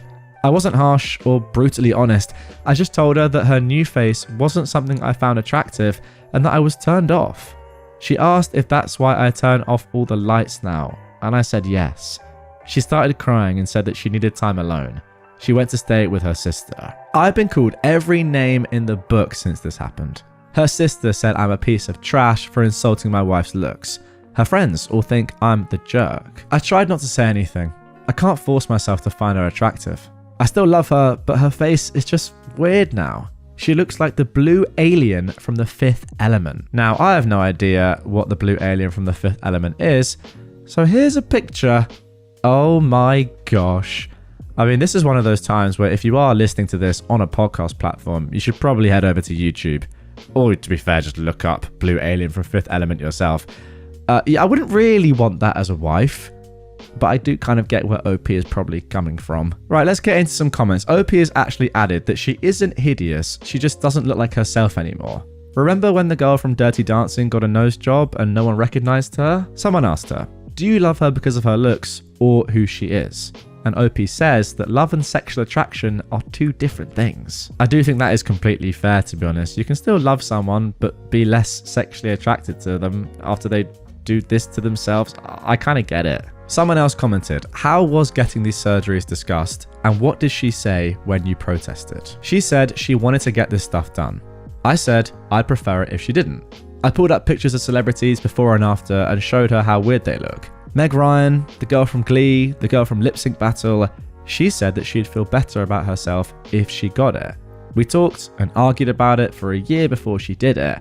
started with lip fillers and ended with buccal fat removal. Someone else responded saying, "You're shallow," but OP said, "If I get a snake tattoo across my face, is she allowed to say she isn't a fan?"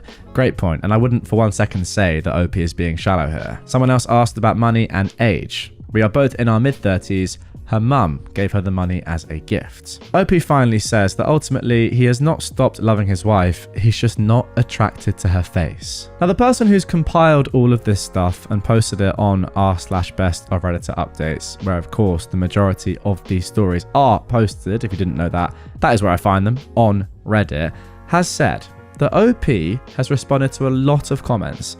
Most of them are people who can't seem to wrap their heads around the fact that he does love her, but isn't currently attracted to her. Some bring up, well, what if she was in a car accident and needed plastic surgery? Would you hate her then? Well, she wasn't in an accident. Yeah, I mean, personally, I think that's completely fair. She has chosen to do this to herself. You said beforehand that you didn't want her to do it, and now you're less sexually attracted to her. That's fine. It doesn't change the fact that you still love her, and OP is not for 1 second saying that he loves her any less now, but she's changed her physical appearance that you were attracted to in the first place. Ultimately, physical appearance is a big part of attraction. I think everyone could admit that. Not saying that, you know, personality and love doesn't come into it, but it just has to be. So yeah, I think he's completely right to say, well, I'm less attracted to you, you've changed your appearance. I mean, I might get hate for this in the comments down below, but I would go as far to say that it's the same as if somebody, now, naturally, I'm not saying if there was any medical reason involved or whatever, say your partner put on loads and loads of weight and just got obese, I think you'd also be allowed to say, I'm less attracted to you, you've changed your physical appearance. That's a little bit more debatable. It really is. But I think that that's fair. Again, as long as it's natural and there's not a medical reason for it. Let me know in the comments down below, guys. Do you agree with that? That is contentious. It really is, but I want to hear your thoughts. Anyway, let's get into the update. This was posted 3 days later. My wife came home yesterday and we finally had a long talk. She told me that the reason she had the surgery was because her mum and sister talked her into it. They convinced her that she was starting to look old and that I would find someone else to be with if she didn't do something. That was why her mum gave her the money for the operations. Her mum and sister look like Bruce Campbell in Escape from LA. Again, if you can't see this, if you're on a podcast platform or you're just not watching right now, just, yeah, imagine someone with loads of Botox and their skin is just pulled tight and it just doesn't look natural at all. I mean, personally, that goes far to say it's pretty disgusting. But yeah, that now is making more sense to me. If her mum and sister already look like this and were the ones persuading her to do it, I can understand why she might have done it. OP continues, they are the very last people on the planet that should be telling anyone to get plastic surgery. I used some of the comments I read on my post as talking points. I told her that I loved her and that she was the person that I wanted to spend my life with. I told her that the surgery would take a while longer to settle down and that as I got more used to her new face, I would learn to appreciate it. Fair enough. She asked me if I wanted her to see if she could get it reversed. I almost screamed at her. The last thing in the world I want is for her to F up her face more than it already is. I asked her if she could please just leave it and let me get used to it. Imagine that regret, by the way. Getting loads of facial surgery and then saying, oh, I actually want it reversed. Jeez. We talked for about 3 hours and we decided that her mum and sister would not be a part of any decisions in our life going forward. She's going to leave her face alone and give me a chance to get used to it.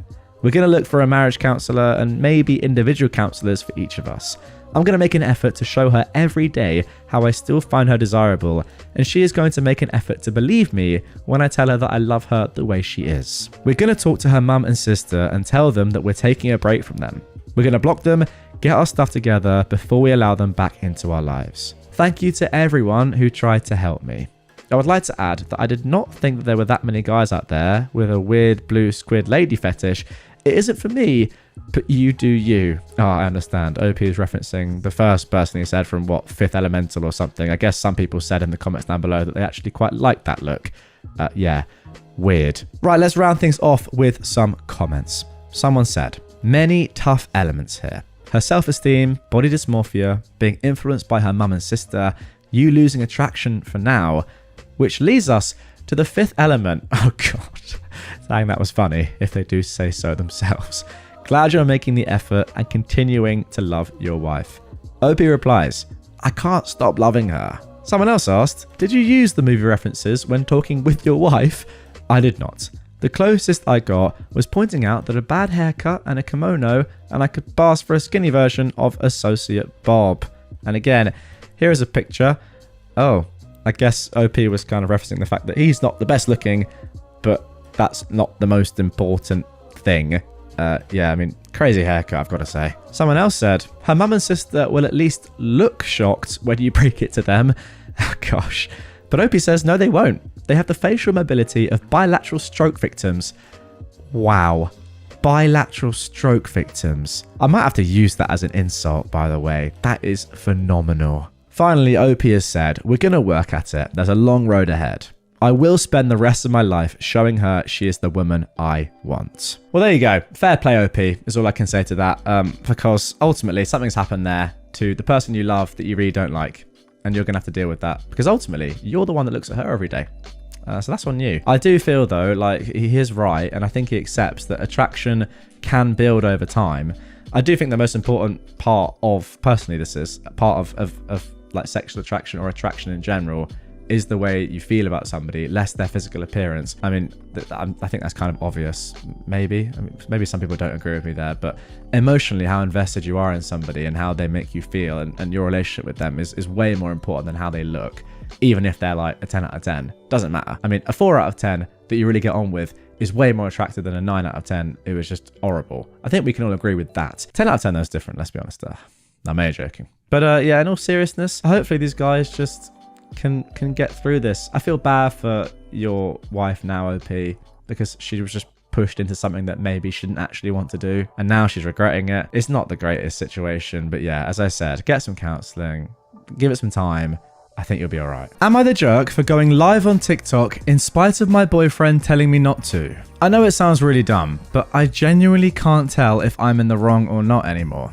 For context, my boyfriend and I, we are 20 years old, have been together for almost a year. I have a decent following on social media, 200,000 on TikTok, even though I don't post much anymore. Recently, I decided to go live on TikTok to talk about the upcoming elections in my country. Now, I never go live, but I figured this was an important topic and I wanted to use my most popular platform to discuss it. I told my boyfriend beforehand, since it felt kind of embarrassing, and I wanted to update him on why I was about to do it. He seemed weirdly annoyed, but ultimately agreed. During the live, he kept messaging me in private to stop because weird men were flirting with me in the chat. Yeah, it's true. There were some men complimenting or trolling, but I didn't engage, and my mods and I were constantly blocking them. I also kept making comments like, if you comment weird stuff, you'll get blocked, to indirectly reassure him. At one point, I got a compliment on my eyebrows, and I replied with a quick thank you, then went back to elections. My boyfriend saw that and started to argue with the chatter, asking me in private if I knew him. Now, I didn't, but my boyfriend went on his profile and saw it was a guy. He had no profile picture and a random username, so I didn't know. He got really mad and the chat got crazy, so I stopped the live. I didn't answer my boyfriend's text right away since I didn't want to address it while live, but I reassured him in private afterwards. The next day, I decided to go live again, since it was the day before the elections. I was on FaceTime with my boyfriend when I told him, and he got more annoyed, saying he hates it when I go live, but that he doesn't care anymore, and I can do whatever. I knew he was upset, but I felt he was being unreasonable, so I went live despite his disagreement. 5 minutes in, he called me, saying he can't take it anymore, initially claiming it's indirect cheating because of the men in the chat, but then admitting he's embarrassed because going live on TikTok is low life and he can't have his girlfriend doing that. He also said I was negligent towards his feelings for not pausing or stopping the live to respond to his messages the other day. He felt disrespected because not going live was a small favour he asked, yet I chose to be selfish. I explained that I know TikTok lives are associated with cringe, but I wanted to use my most popular platform to speak on elections and encourage voting. I apologised for not responding right away the other day, thinking it was best to wait until I ended the live, given that I was at peak viewers and mid-answering questions about candidates, and it's rare that I use my platforms like that anymore. However, he still thinks I'm in the wrong, and I don't want to make him feel disrespected. So, was I being selfish for still going live, Am I the jerk? Okay, no doubt about it, your boyfriend is just horribly insecure and jealous. I mean, the stuff he's doing just makes no sense at all to me, and he just seems like a terrible person to be doing these sort of things. It's extremely controlling, extremely manipulative. He's also gaslighting you a lot as well. You know, if you've got 200,000 followers on TikTok, you can make some decent money from that. And, you know, who knows? You might want that to be a full-time job pretty soon. I mean, that's more followers than I've got on TikTok, that's for sure. So fair play to you. Him saying it's cringe and that, you know, people are just flirting with you and therefore that's cheating. What? You're just doing it because you're passionate about it and you want to speak about things you care about. It doesn't really matter if it's politics or whatever it is. You're doing it and you enjoy doing it. But he's saying, no, stop doing that. It's cringe. I don't think you're a good match for each other, but that's because I just don't think he's a good person. And also, like, especially on TikTok, but more just on the internet in general, there are always going to be creeps on these sort of platforms. I mean, if you go into any TikTok live with any girl, I mean, they don't have to be good looking, let's be completely honest, you will get a load of creeps. That's a bit harsh, but it is true. You just go in the comments, you just see there would be so many creeps. So it's always going to happen. It's sad, but it's true. So your boyfriend's just got to go. Now for our next post. Am I the jerk for reminding my friend that she married for intelligence and look where it got her? I am a 35-year-old woman, and I met my husband, Vince, who is 36, after he saved me from drowning at a pool party when I was 18. I took him out for lunch the following week to thank him for saving me, and we soon fell in love and began dating. Wow, what a way to meet someone. At the time, Vince worked a blue-collar job while I was studying in university. We ended up getting married, and Vince supported me throughout my entire education up until I got my PhD. Vince always told me that he wanted to study at university, but had learning disabilities that made it difficult for him to study in a classroom. At times, he was embarrassed by the fact that he had to work twice as hard compared to people around him, but I always found that to be admirable about him. When I finished my studies and got a well-paying job, I convinced Vince to convince his dream. That is wow, what a tongue twister. I'm leaving that in, just so you guys know that I do sometimes mess up. Convinced Vince, wow. Right, let me try that again. When I finished my studies and got a well-paying job, I convinced Vince to give his dream of studying another go. Last year, he was finally accepted into a nursing program at our local university. He's working hard to achieve his dream, and I'm incredibly proud of him. Last week, my friend Alba, who is 36, came to visit with her son so our children could play together. Alba was my roommate during my first year in university. She began dating her husband, Leo, around the same time I started dating Vince. Leo was an obnoxious law student who later on became an even more obnoxious attorney. He was a know-it-all who prided himself on his intelligence, which for some reason attracted Alba. At the time, Alba would sometimes tease me that I could do better than Vince, and would offer to set me up with one of Leo's law school buddies, but I'd always refuse, and she eventually dropped the subject. Alba and Leo are currently going through a nasty divorce that stems from him cheating on her. Quite frankly, he is dragging her through the mud and is using connections to try and leave her as penniless as possible. As we were chatting and catching up, Alba began to express concern over the fact that my eldest son, who is 7, was recently diagnosed with dyslexia. Alba began telling me how she's worried that my son will be academically challenged, like his father, and what that could entail for his future.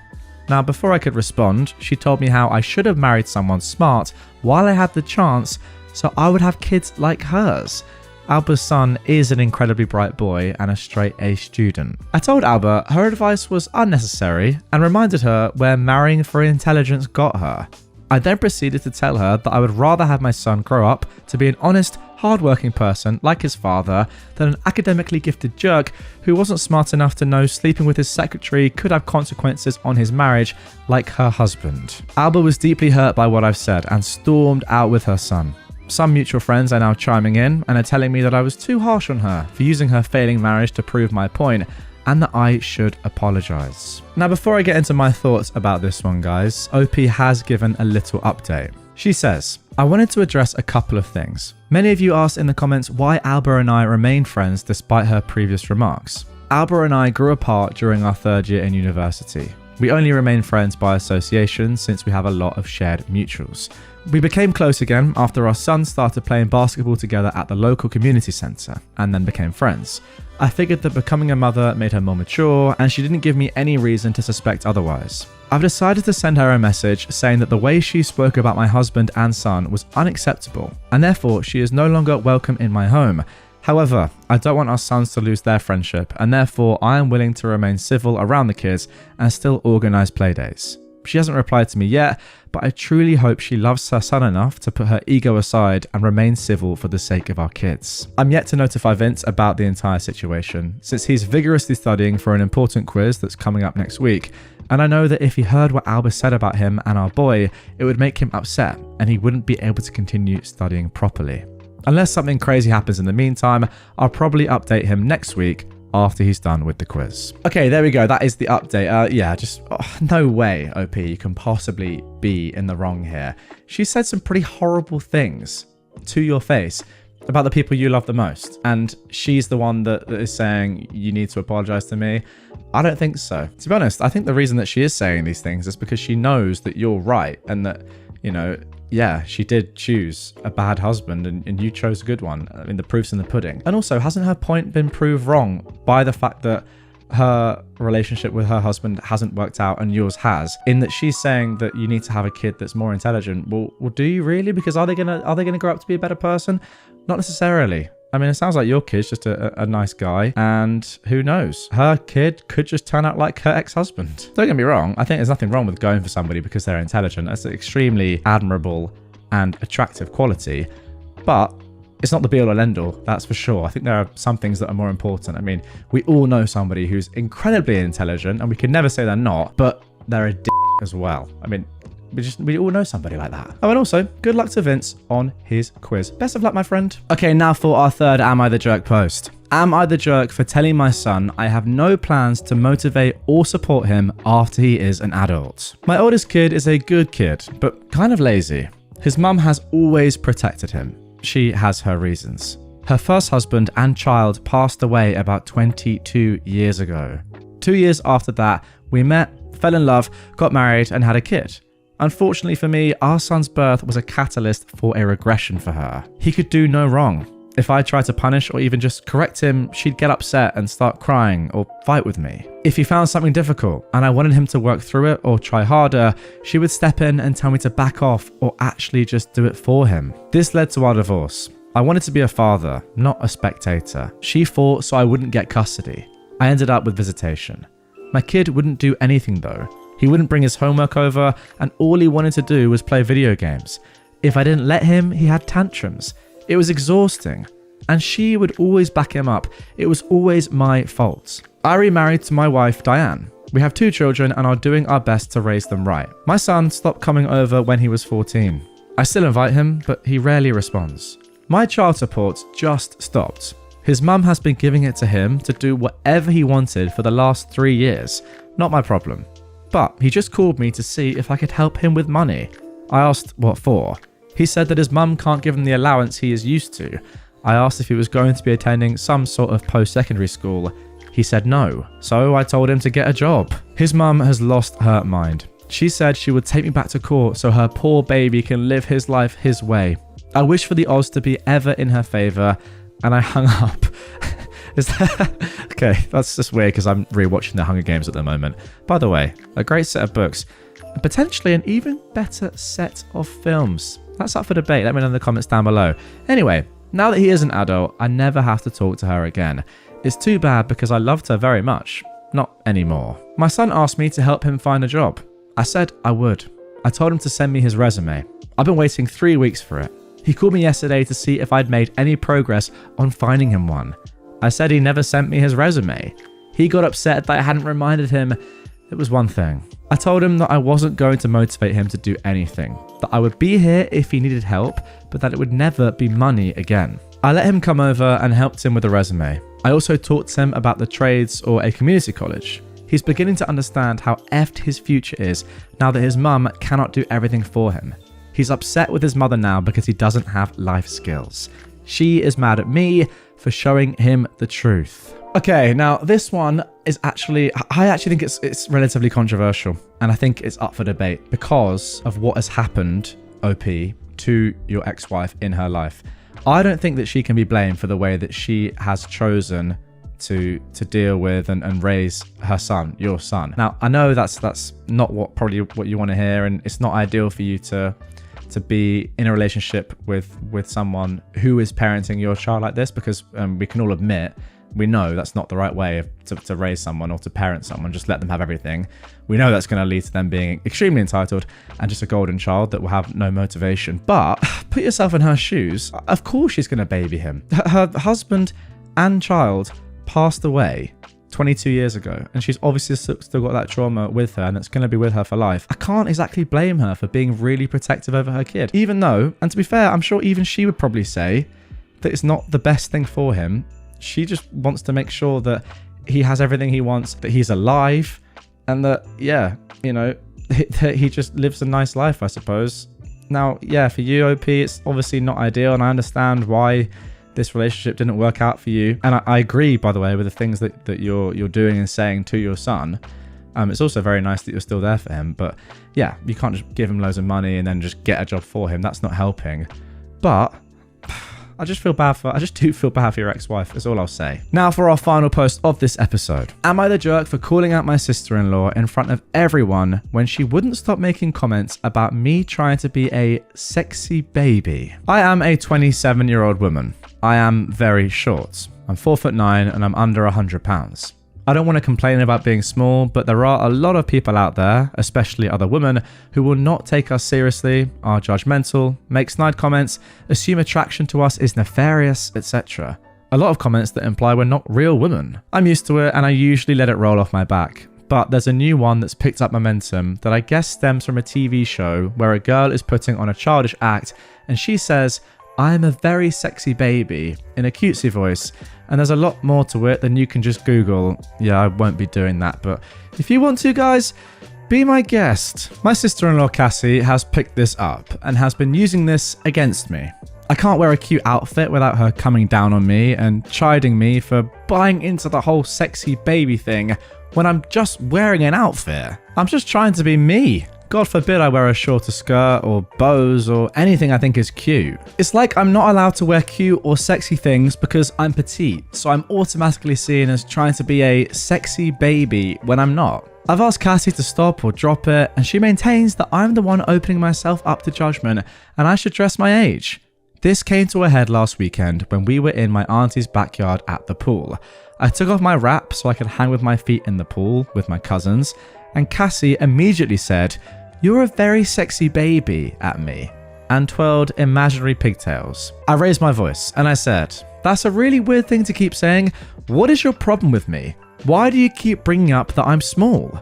She started to turn red and yelled back again that I'm the one that's choosing to walk around looking like the, quote, sexy baby. I said that I'm literally just wearing a bathing suit, a one-piece halter, and I asked her what I should be wearing instead if that's such a problem. She yelled back that I should dress like a grown adult and to stop trying to cause a scene in front of everyone. I said whatever, and I just tried to ignore her. Later on, we ended up inside at the same time, and she came down on me for calling her out in front of everyone. I told her to stop trying to make me feel bad for being small. I didn't choose this body. She rolled her eyes and told me to grow the F up, and that trying to start trash with her is even more proof. I'm at a loss here, and I'm starting to just not want to be around my family because of her. It's not enough that I get this trash from women at work, at the gym, basically anywhere. Now it's in my family. So, am I the jerk for calling her out? Or even for just, I don't know, existing in my own body? No, of course not. You're absolutely not the jerk for this. And it's good that you called Cassie out on this, because if you didn't, who knows? This might have just carried on. Well, it definitely would have carried on, but it might actually have got even worse. So yeah, you had to say something. And to be honest, I actually hadn't ever really thought about this. Obviously, I'm not a small petite girl, as much as I potentially would love to be. What do you mean by that? But it's, you know, you're raising awareness for these sort of people, and you might think I'm being sarcastic here. I'm actually not. I would never think about this sort of thing, but some of the stuff that you're saying about, you know, just kind of being objectified because of your height and your size, I can understand it, but I hadn't actually ever thought about it. So yeah, I appreciate you actually saying that to somebody like me who that just hasn't really ever crossed my mind. So respect for writing this, and respect for telling Cassie to F off. Am I the jerk for hiding my boyfriend's anime body pillow while my parents were visiting? My boyfriend, who is 32, and I, a 27-year-old woman, have been together for a year. He's only met my parents once over the holidays last year because they live pretty far away. They've been visiting this past week. and since he and I just moved in together, they were excited to see our new place and get to know my boyfriend a little more. We have an extra bedroom, and this has become my boyfriend's gaming room for the most part, but we agreed when guests come over it would become a second bedroom. He really likes video games, and anime in particular, so he has a lot of toys and artwork that he's collected over the years from different games and such. One thing he has is this anime body pillow that features a sexy anime girl on it. He also has a mousepad for his gaming computer that resembles a busty anime girl.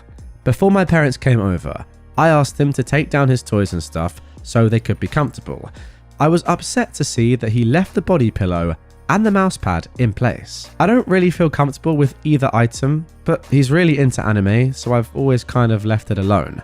But I absolutely didn't think it was appropriate to leave it in there when my parents would be staying over.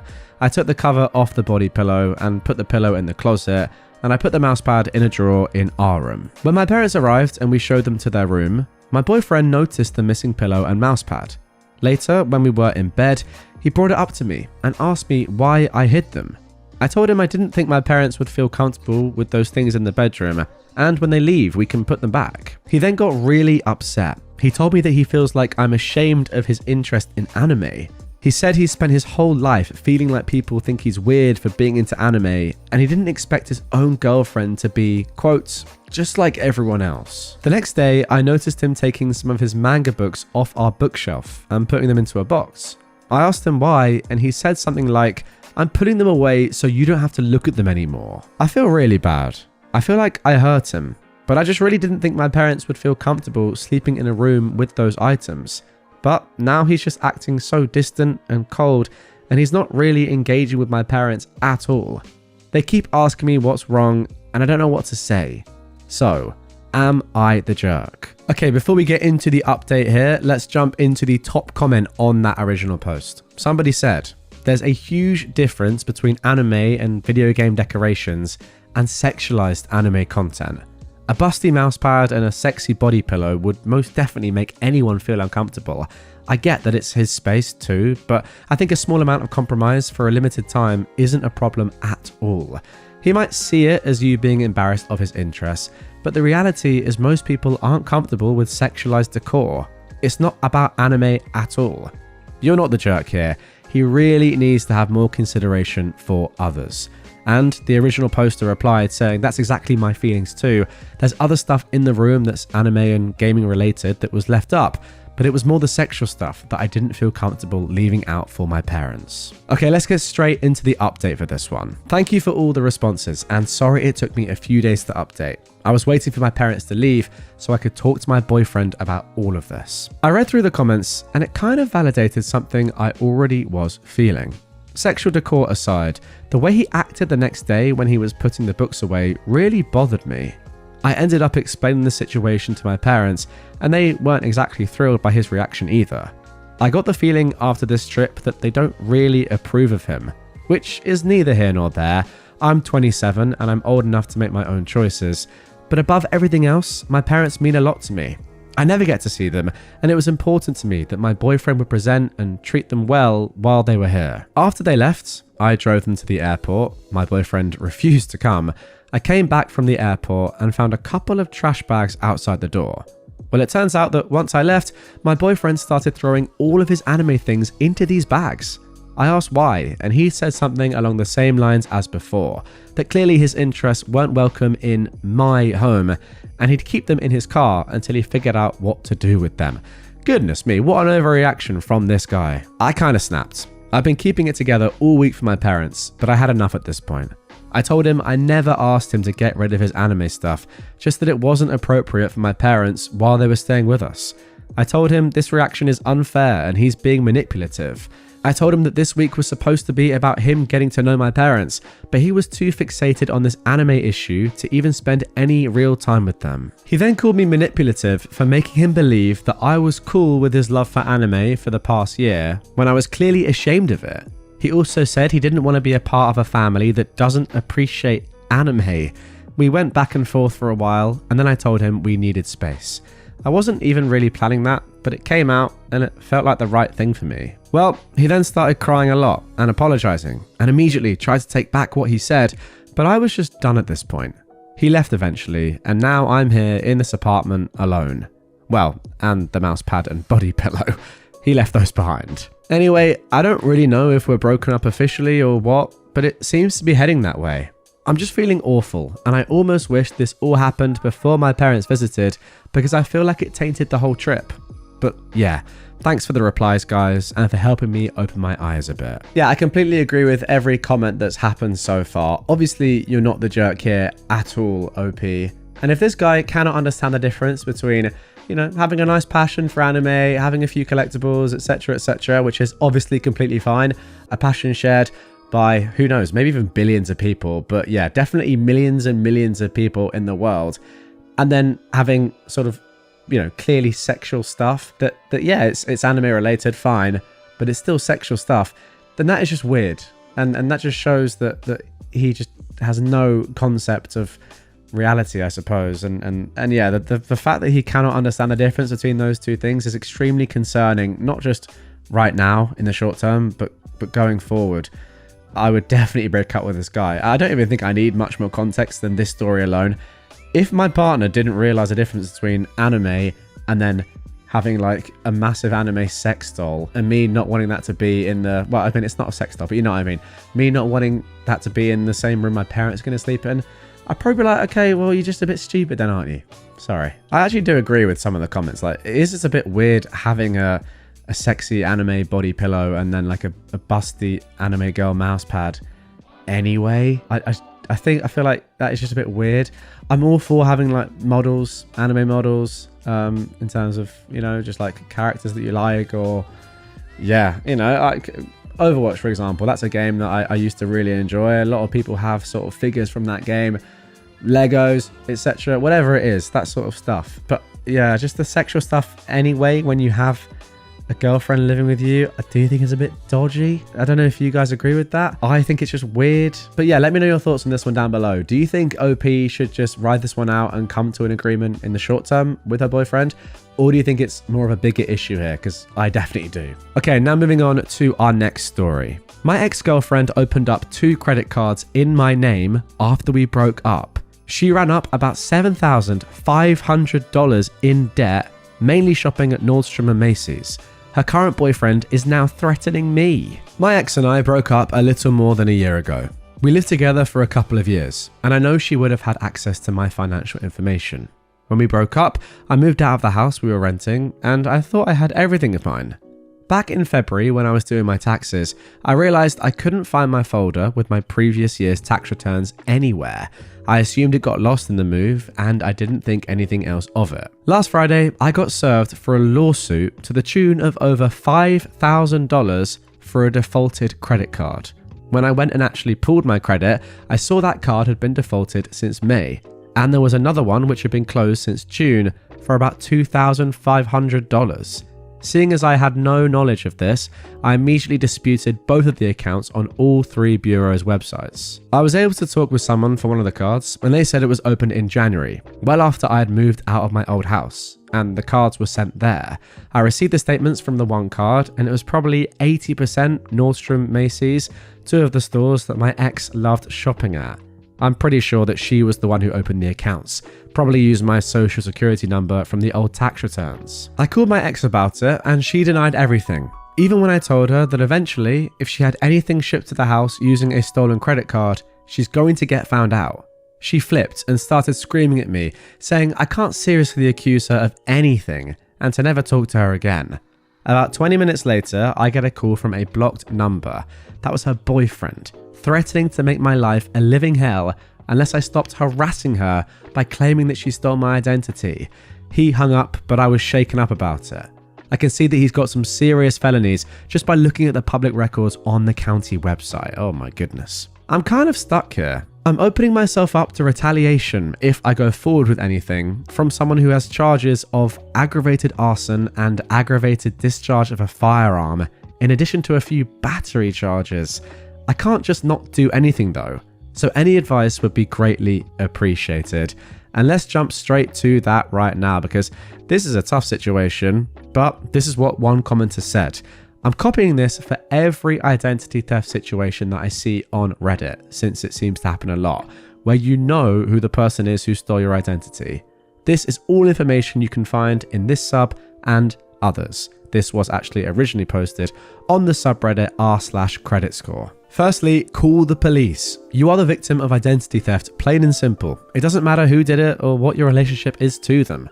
They broke the law, now they have to face the consequences of their actions. Secondly, freeze your credit. Obviously, you want to make sure it doesn't happen again. Take the proactive route of freezing your credit. Third, monitor and track your credit. You need to be alerted if anyone tries opening a line of credit in your name, and you can actually do that for free. Okay, interesting. 4, warn anyone else who might be a victim. Yeah, sensible. Including family members or anyone else whose social security number might be compromised by that thief. 5, take the police report to the credit bureaus. Give them the report number when you dispute all of the accounts. Most of the time, that will be enough for them to take the accounts off of your credit. It's on the creditors themselves to prove the accounts are legitimately yours, and the bureaus aren't going to get in the middle of it. A police report goes a long way in clearing up your credit. Don't take identity theft lying down, even if it's someone close to you. If you let them get away with it, get ready for 5 to 10 years of bad credit, collection agencies coming after you, lawsuits, and more. For this specific case, you need to go to the police like now. This guy seems like an incredibly violent person. I would get a restraining order as soon as possible. Does he know where you live? I also wouldn't contact your ex at all about anything else. Let it all go through the court system. And the original poster replied to this saying, I plan on calling the police. I was just kind of freaked out about the whole situation. How do I get the police report to the credit companies? Someone else said, file a police report for the fraud. Contact the lenders and provide the police report number and jurisdiction. Let the police and the bank sort it out. Provide all that info to the lawyers that filed the suit and bring it all to court. Do not skip a court date. So, there we go. That is the original post and some great advice down below. I have to agree with OP though. Like it's one thing being in this situation, knowing this is happening to you and knowing you have to go to the police. But when you're getting physically threatened by someone that you know has gone to jail for physical assault before, that is a lot more scary, to be honest. So I understand the concern. Anyway, let's get into the update. This was posted just a week ago at the time of recording, 1 month after the original. So I followed the advice in the comments and I went to the police. Quick and painless process. I was in and out in maybe 30 minutes with a report number. I never received another call from my ex or her boyfriend. I gave the report number to the credit card companies and the credit bureaus. I was told I didn't have to do anything else at that point but to show up to the court date for the lawsuit. I learned through a mutual friend today that my ex was arrested this morning. Apparently, the county put out a warrant for her last week, pulled her over on the way to work. It looks like she was charged and released pretty quickly. Also, I learned my ex and the boyfriend who threatened me are no longer together. I don't think I have to worry about him anymore. The court date for the lawsuit is later this month, but everything has already fallen off my report. My score has gone up probably 200 points. I'm still going to the court date just to make sure everything is good, but it's looking like all good news from here on out. Well, that OP is amazing to hear. Somebody said down below, that is awesome news. Your story will also serve as inspiration for others to pursue justice when they've been wronged. And somebody finally offered one more piece of advice. Make sure you put a freeze on your SSN with all 3 credit bureaus if you haven't done so already. Goodness me. I mean, so many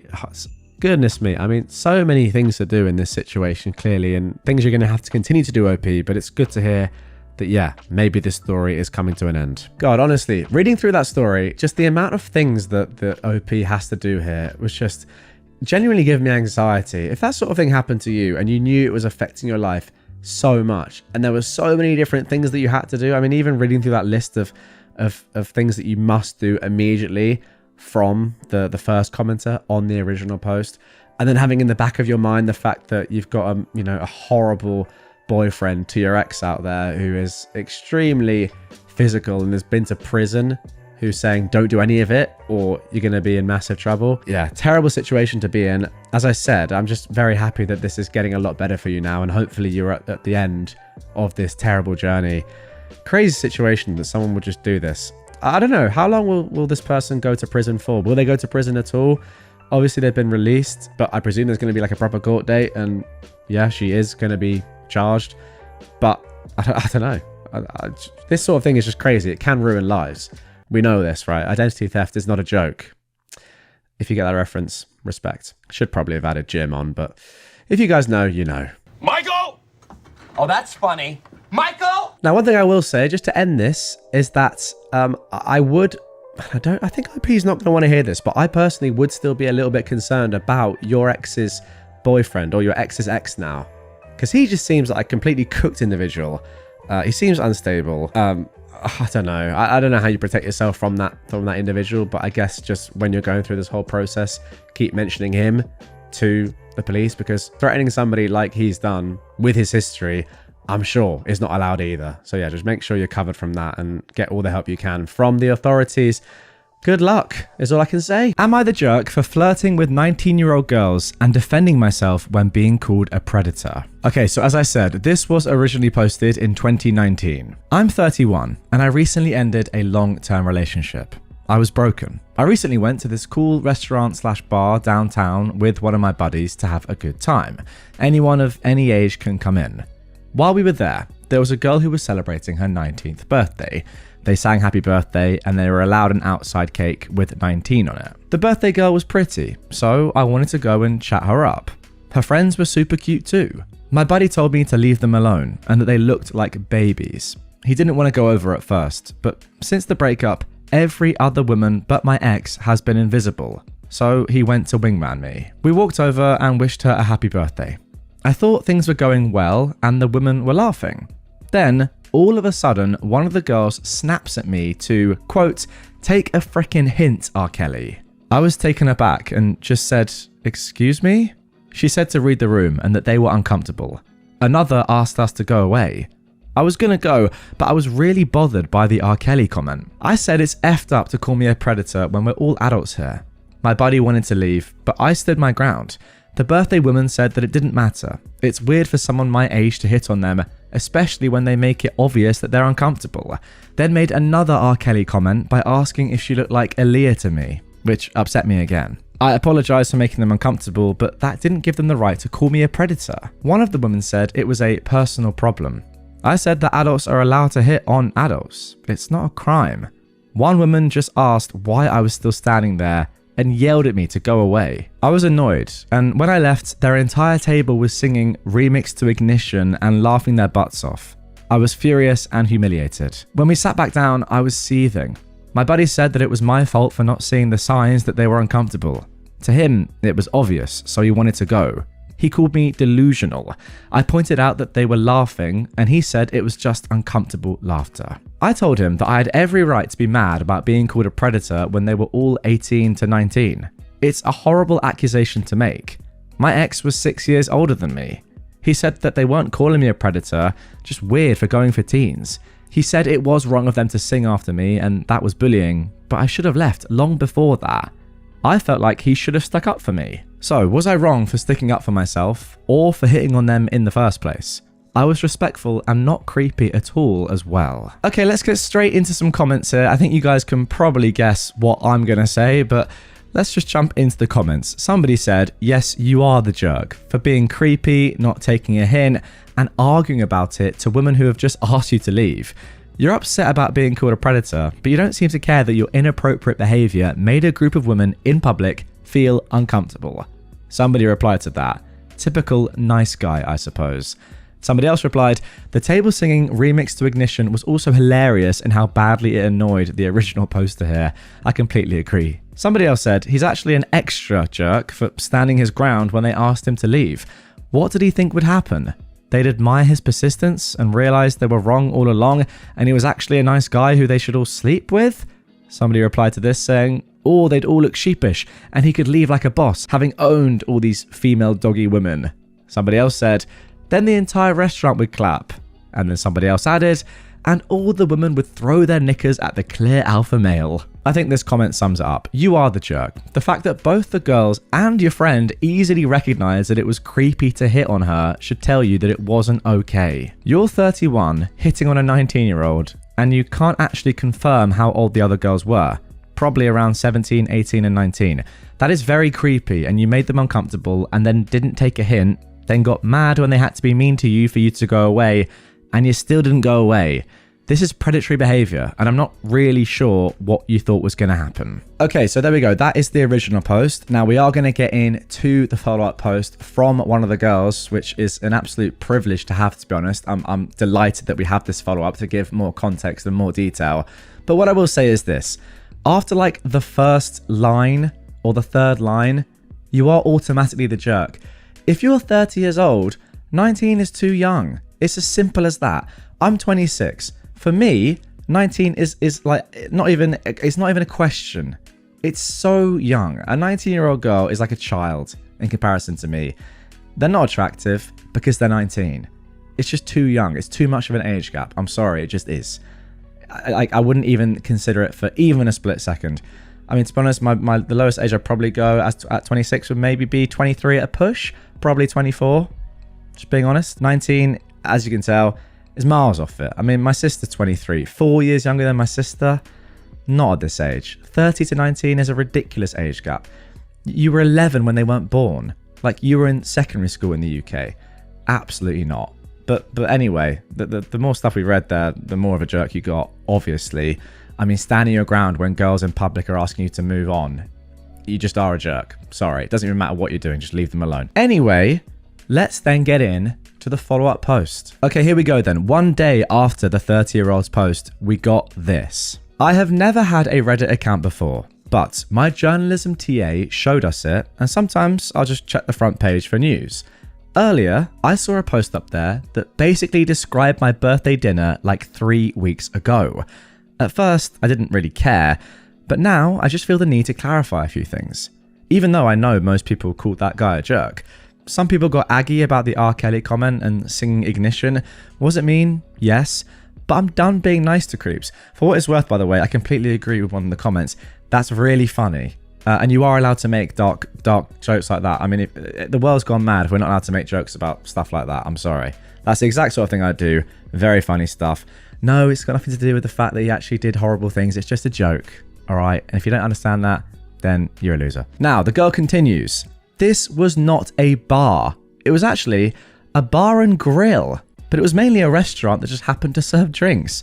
We were sitting near a family, so we weren't in a setting where people go to get hit on. We were minding our own business and we were just having fun in the corner. He came and wished me a happy birthday. I said thanks, and we all went back to our conversation. I did appreciate being told happy birthday, but he stuck around. We laughed uncomfortably and went back to our conversation. He stuck around and kept interrupting us. Each time he said something, we nodded and then turned our backs to him. We actually said, thank you, bye, a few times, but he was still standing there talking to us. His friend kept finding excuses to leave. I was annoyed, uncomfortable, and disgusted, but I gave him a respectful, okay, have a good night, here's some cake for home, bye. But he grabbed the cake and sat down in our booth. He said, the night's not over yet. Well, if that's not the definition of creepy, I don't know what is. Then my friend just snapped, and if she didn't, I was going to. When she called him R. Kelly, she wasn't accusing him of being a pedo, but a creep. 30-year-old guys who hit on us are creepy and disgust us, point blank period. We were nice the entire time, and I even gave him a million hints and cake for the road. His friend was even finding reasons for them to leave. Then he had the audacity to stand there and fight us on it. I told him that he was way too old for us, and it was creepy from the start. When he left, we started singing Ignition amongst ourselves, not singing it after him. It's a throwback that our parents put us on. Instead of crying over our night being ruined by a creep, we turned it into a fun moment with karaoke. P.S. When he asked us our age and gave us his, we became a million times more uncomfortable. The guy was 30, trying to get with 18-year-olds at a birthday dinner. We're used to old men bothering us, and it's always gross. To the if he wasn't ugly crowd, he was decent looking. He was a fit guy. If I'd never met him, I'd set him up with my aunt. But he was in his 30s, and that's way too old. This isn't prawn, and I haven't met a single girl desperate for a 30-year-old divorced D. Being called legal is demeaning. Everything about it was sickening. When he came over, announced his age, then asked us ours, I almost yacked. It was like he was IDing us at a family restaurant. Get the F out of here. I'm tired of having to be polite to guys who are creepy and disrespectful. You know what? Mad respect. And once again, I cannot quite believe that somebody that is 30 would go after girls that are 18 or 19. What are you doing? Seriously, what are you doing? Like, it's not even... I don't get it. It's not... Where's the attraction there to go after like someone that is, in effect, a child? It's just insane. Someone's 12 or 11 years younger than you at that age. It's mad. And also, the crazy thing is, he said it was at a bar, not at a restaurant, like a bar and grill, a family restaurant. Just insane. And that is why I'm so happy that this girl has given a follow-up to give us as much context as we could possibly long for and to show us what was really going on that day. Just phenomenal scenes and yeah, a wonderful, wonderful story. Wow, this guy is the definition of a creep. Am I the jerk for leaving a drunk girl alone at a bar? This involves me, a 32-year-old man, Matt, who is 30, Matt's girlfriend, Lisa, who is 28, and her friend, Jane, who's in her 20s. 2 days back, it was Matt's birthday. He invited me and a few of our friends to a small birthday dinner at this restaurant, which is also kind of a bar. The plan was to eat, drink, and chill. Matt's girlfriend, Lisa, also invited a few of her own friends. It was a group of around 15 people. I mostly hung out with my own friends and Matt's and Lisa's friends with her.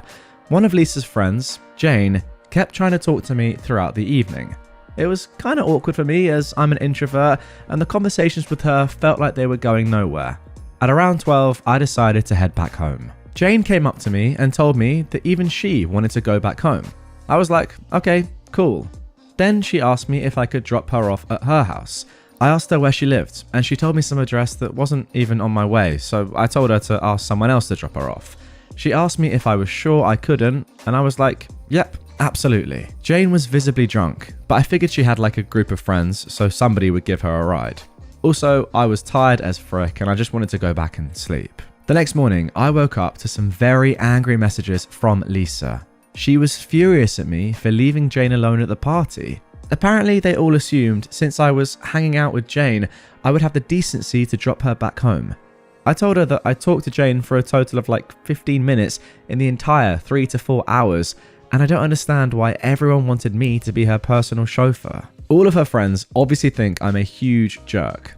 Matt has decided to stay neutral on this. Okay, let's jump into the comments before we get to the update on this one. Somebody asked OP, what does Jane think about this? Apparently, says OP, even Jane thinks I'm a jerk for not dropping her home.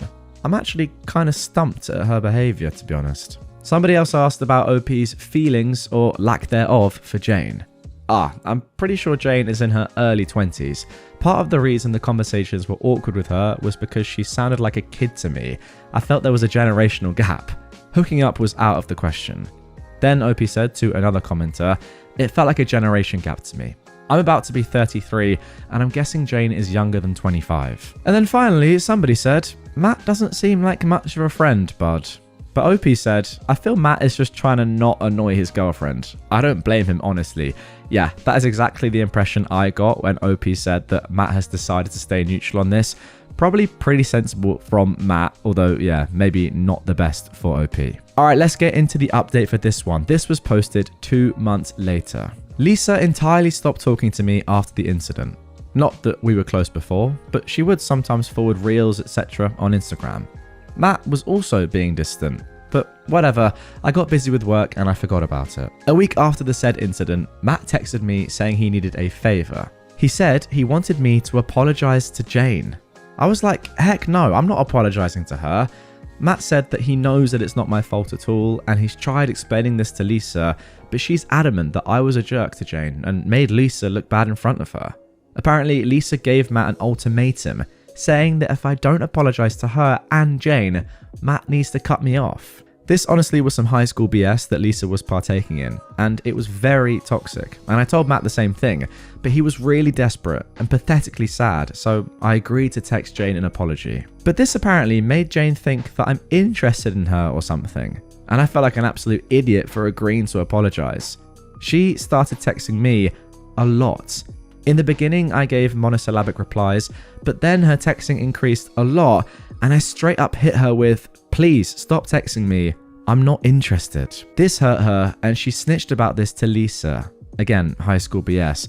And Lisa started threatening Matt to go no contact with me. They fought about this non-issue for like a week, and this made Matt realize that Lisa is actually really toxic, and they broke up. Jane hasn't tried contacting me either. Life is peaceful for the time being. The end. And somebody has commented on this. It sounds like Jane wasn't the only one causing drama and being toxic. I'm glad you were able to cut out the negativity in your life. And OP replied, I'm glad Matt got back to his senses, to be honest. Okay, so there we go. A lot to unpack there, but I'm pretty sure I know what's going on. And the first thing that's obvious to say is that OP did absolutely nothing wrong here. Just because you chatted to someone for a few minutes at a party and they asked to go home with you, or, you know, at least have a lift back to their house with you, it doesn't mean that you have to do it at all, especially given the fact that it's not on your way home either. Yeah, there's no reason at all for you to give someone a lift if you don't want to.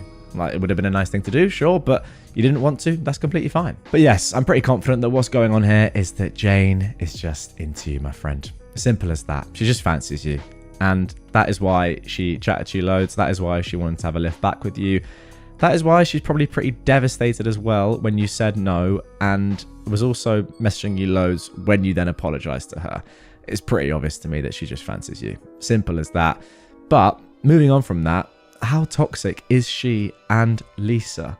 It's crazy. Like, demanding an apology from you for something that you should never have to apologize for is mental. The title of this one, Am I the Jerk for Leaving a Drunk Girl Alone at a Bar, is a little bit misleading, let's be honest, because it's not really what happened. I mean, technically yes, but you did leave her with all her friends, and I don't know, like, she wouldn't have showed up that day expecting to get a lift back from you. She would have had plans, right, to go back by herself or with her friends later on that night.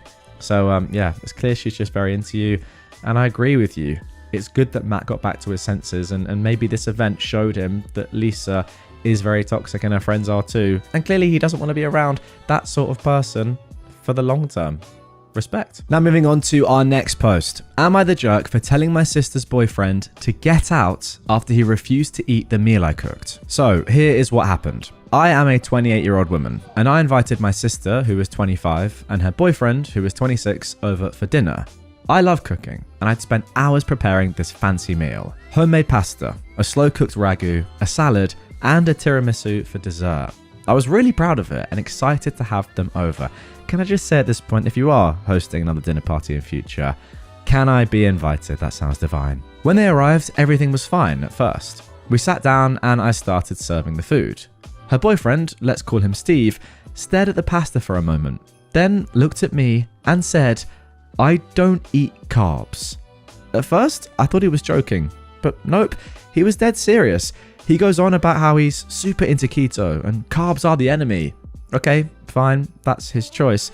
But when I offered to make him a salad or something else on the spot, he refused and said that I should have known about his diet beforehand. This is where it gets weird. He then pulls out a small Tupperware container from his bag filled with what looked like boiled chicken and broccoli and starts to eat it at my dinner table while the rest of us are trying to enjoy the meal I spent hours making. I was stunned and honestly kind of insulted. I told him it was rude to bring his own food without mentioning it to me beforehand, and he should have at least given me a heads up. He then goes off about how people need to respect his dietary choices and that I was being controlling by not accommodating his needs. At this point, I'd had enough. I told him, if you can't eat what's served and won't even let me make something else, then maybe you should just get out. He stood up, says something like, I'm just trying to be healthy, grabbed his Tupperware and walked out. My sister stayed for a bit, but eventually left too, saying I overreacted. Now my sister's mad at me, saying I embarrassed her boyfriend and made them both feel unwelcome. My mum thinks I should apologise, but my friends are on my side, saying Steve was being incredibly rude. Am I the jerk for telling him to get out? This, honestly, before we even get into any comments here, is one of the most cut and dry Am I the Jerk posts of all time. Obviously you're not OP. Now somebody in the comments down below has said your sister didn't give you a heads up about his diet, and I agree, it's very, very odd that neither your sister or her boyfriend told you beforehand and just expected you to either know or for you to just not produce food with any carbs in it. I mean, carbs are a staple of most diets. It's very weird. OP says, honestly, no, she didn't. I'm not sure if she even knew how serious he was about the whole keto thing because she never mentioned it. She eats pretty much anything, so I assumed he was the same. But even if she had, I feel like it still would have been polite for him to at least say something beforehand instead of just showing up with his own meal. I would have happily made something keto friendly if I had known. And that right there is the entire point. There's nothing wrong with being on any sort of diet, to be fair. If you want to do it, go for it. Keto is very popular these days, for good reason, I suppose. It works for some people. But the problem is, if you just rock up to someone's gaff for dinner and you don't tell them that you can't eat carbs, then obviously that's extremely rude. How on earth are they supposed to know that? And yeah, I mean, there's nothing wrong with a carb-free meal, and I'm sure, as OP has said, they would have happily made it for their sister's boyfriend if he had told her beforehand. But just rocking up without saying that, and then just producing your own Tupperware so you knew you were going to do that anyway, is crazy rude. Anyway, let's get into the update. This came 6 days later. Well, buckle up, because things have escalated in a way I never expected. After my initial post, I figured things would calm down once my sister had time to cool off. But spoiler alert, they did not. So, the day after I told Steve to leave, my sister texted me saying they want to talk things through at a family dinner. Maybe at a neutral restaurant where we could hash it out like adults. Nope. Instead, my sister invites my parents, my brother, and Steve's parents to this dinner at my parents' house, turning it into some kind of weird intervention. I show up thinking it will just be a casual conversation, but the moment I walk in, Steve's mum, let's call her Carol, is already going off about how Steve has always had special dietary needs and how people who care about him should respect his boundaries. The woman acts like the guy has a life-threatening allergy, not a trendy diet. My mum is sitting there looking super uncomfortable, while my dad is just quietly sipping his beer, clearly wishing he were anywhere else. So, Carol starts listing off Steve's dietary restrictions, and she's acting like I personally offended the whole keto community by serving pasta. Then, brace yourselves, Carol pulls out a folder. Yes, a literal folder with printouts. She hands one to me, one to my mum, and one to my dad. I'm flipping through this thing, and it's full of Steve's dietary guidelines, suggested meal plans, and even a list of keto-friendly restaurants we could go to in the future. What is going on here? At this point, I'm doing everything I can not to laugh, but it gets worse. Steve pipes up and says he's willing to forgive me for, quote, disrespecting his lifestyle if I agree to host a redo dinner where I follow his dietary restrictions to the letter. He says this will prove that I'm serious about making amends and respecting his needs going forward. I thought he was joking, but no, he was dead serious. He even pulled out his phone to show me some keto recipe apps that I, quote, might find helpful. I was in total shock. My sister, by the way, said absolutely nothing during all of this, just staring at her plate like she wanted to disappear. My mum, bless her, tries to smooth things over by suggesting we all just eat whatever we want when we're together, but Carol snaps. It's not that simple. She says that in their family, they all follow keto together, and that is why Steve is so passionate about it. Imagine being passionate about a diet, by the way. What? At this point, I've had enough. I stood up and said, look, I'm not redoing the dinner. I'm not making anyone a special keto feast. If Steve can't eat what I cook, that's fine, but bringing his own meal to my dinner without even telling me was disrespectful, and I'm not apologizing for feeling that way. And then, this is where it gets absolutely bonkers. Steve's dad stands up, points at me, and says, this is exactly why Steve doesn't trust women to understand him. They always make it about themselves. The whole room went silent. My dad finally spoke up, saying, I think it's time for you all to leave, and started walking towards the door, basically escorting Steve's parents out. Steve and my sister stayed behind, but Steve was furious. He started yelling about how families should support each other, and then accused me of trying to sabotage their relationship because I'm jealous of what they have. At that point, I just walked out and left the whole mess behind. Here's the kicker though. A couple of days later, my sister called me and told me that she and Steve were taking a break because she needed time to think. Apparently, this whole keto fiasco was the last straw in a long list of controlling behavior from Steve. She didn't realize just how bad it was until the whole family saw it play out at dinner. She even told me that Steve had been trying to get her to follow his diet for months, but she was hiding snacks in her car just to get a break from all the keto madness. Oh my goodness, that really is controlling. So now Steve's gone full radio silent. My sister is staying with me for the time being, and I'm still getting passive-aggressive texts from Carol about how hurt Steve is and how he's just misunderstood. Honestly, I'm just glad my sister is finally seeing how controlling this guy was. Wow, that is really insane and bordering on abusive, to be honest. Forcing your partner to follow the same diet as you is ridiculous, especially when it's a keto diet, which is a diet that has a lot of, in my opinion, pretty negative side effects. I'm not sure I'd necessarily recommend keto to people. I've done quite a lot of research on keto, to be fair. It's something that I thought about doing like a while ago, just trying it out. But I'm just not sure that I would recommend it, knowing what I know now. I just do think that carbs are a very, very important part of a diet. I know once you go into ketosis and you're getting energy from different sources, it's meant to be sort of similar. I'm not sure about that. I just do think that carbs are very, very important for giving you energy. And apparently when you start going into ketosis, or before you go into ketosis, you just feel completely awful for a good few days, like just rough, no energy, headaches, etc. I don't know if that's the most healthy thing to go through for your body, but maybe that's because I do a lot of exercise and I know that I do need carbs to fuel myself. I don't know about that. But yeah, let me know down below if you've ever done keto. I know it works for some people. I'm just not sure it's the best sustainable long-term diet. And that is completely unrelated to what I've seen here. As in, that has no relevance, or the fact that Steve is such a madman and Carol is so crazy. There's no bearing on my thoughts on ketosis. But let's move on to them now. Goodness me. Once again, like the previous story, the fact that it's taken something like this to show your sister how crazy her partner is probably a bit weird. There were clear red flags before this, but again, like the first story, it's a good thing that they're broken up now, because Steve is just insane. To be honest, like thinking about this now, I kind of think that your sister OP didn't tell you beforehand because she probably was just like desperate for a keto-free meal for once, or a non-keto meal. Like the thought of pasta or something just with carbs was so tempting to her that she didn't want to risk that in any sort of way by informing you. So she was just like, oh no, really? Oh, I should have told you, man. And she's just scranning her pasta, like delighted in the corner. But yeah, I feel really bad for her. But as I said, it's a good thing that she is done with Steve now. But there we go. That's going to do it for this one. Hope you guys enjoyed it.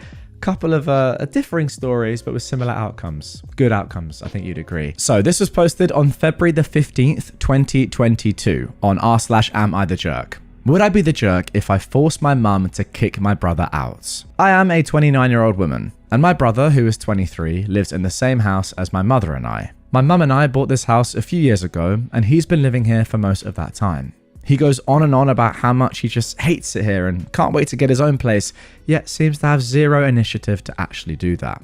On top of this, he's a raging jerk to me and my mother. My mum is disabled, so she can't work, so I pay for 75% of all expenses, including all of our property taxes and house insurance.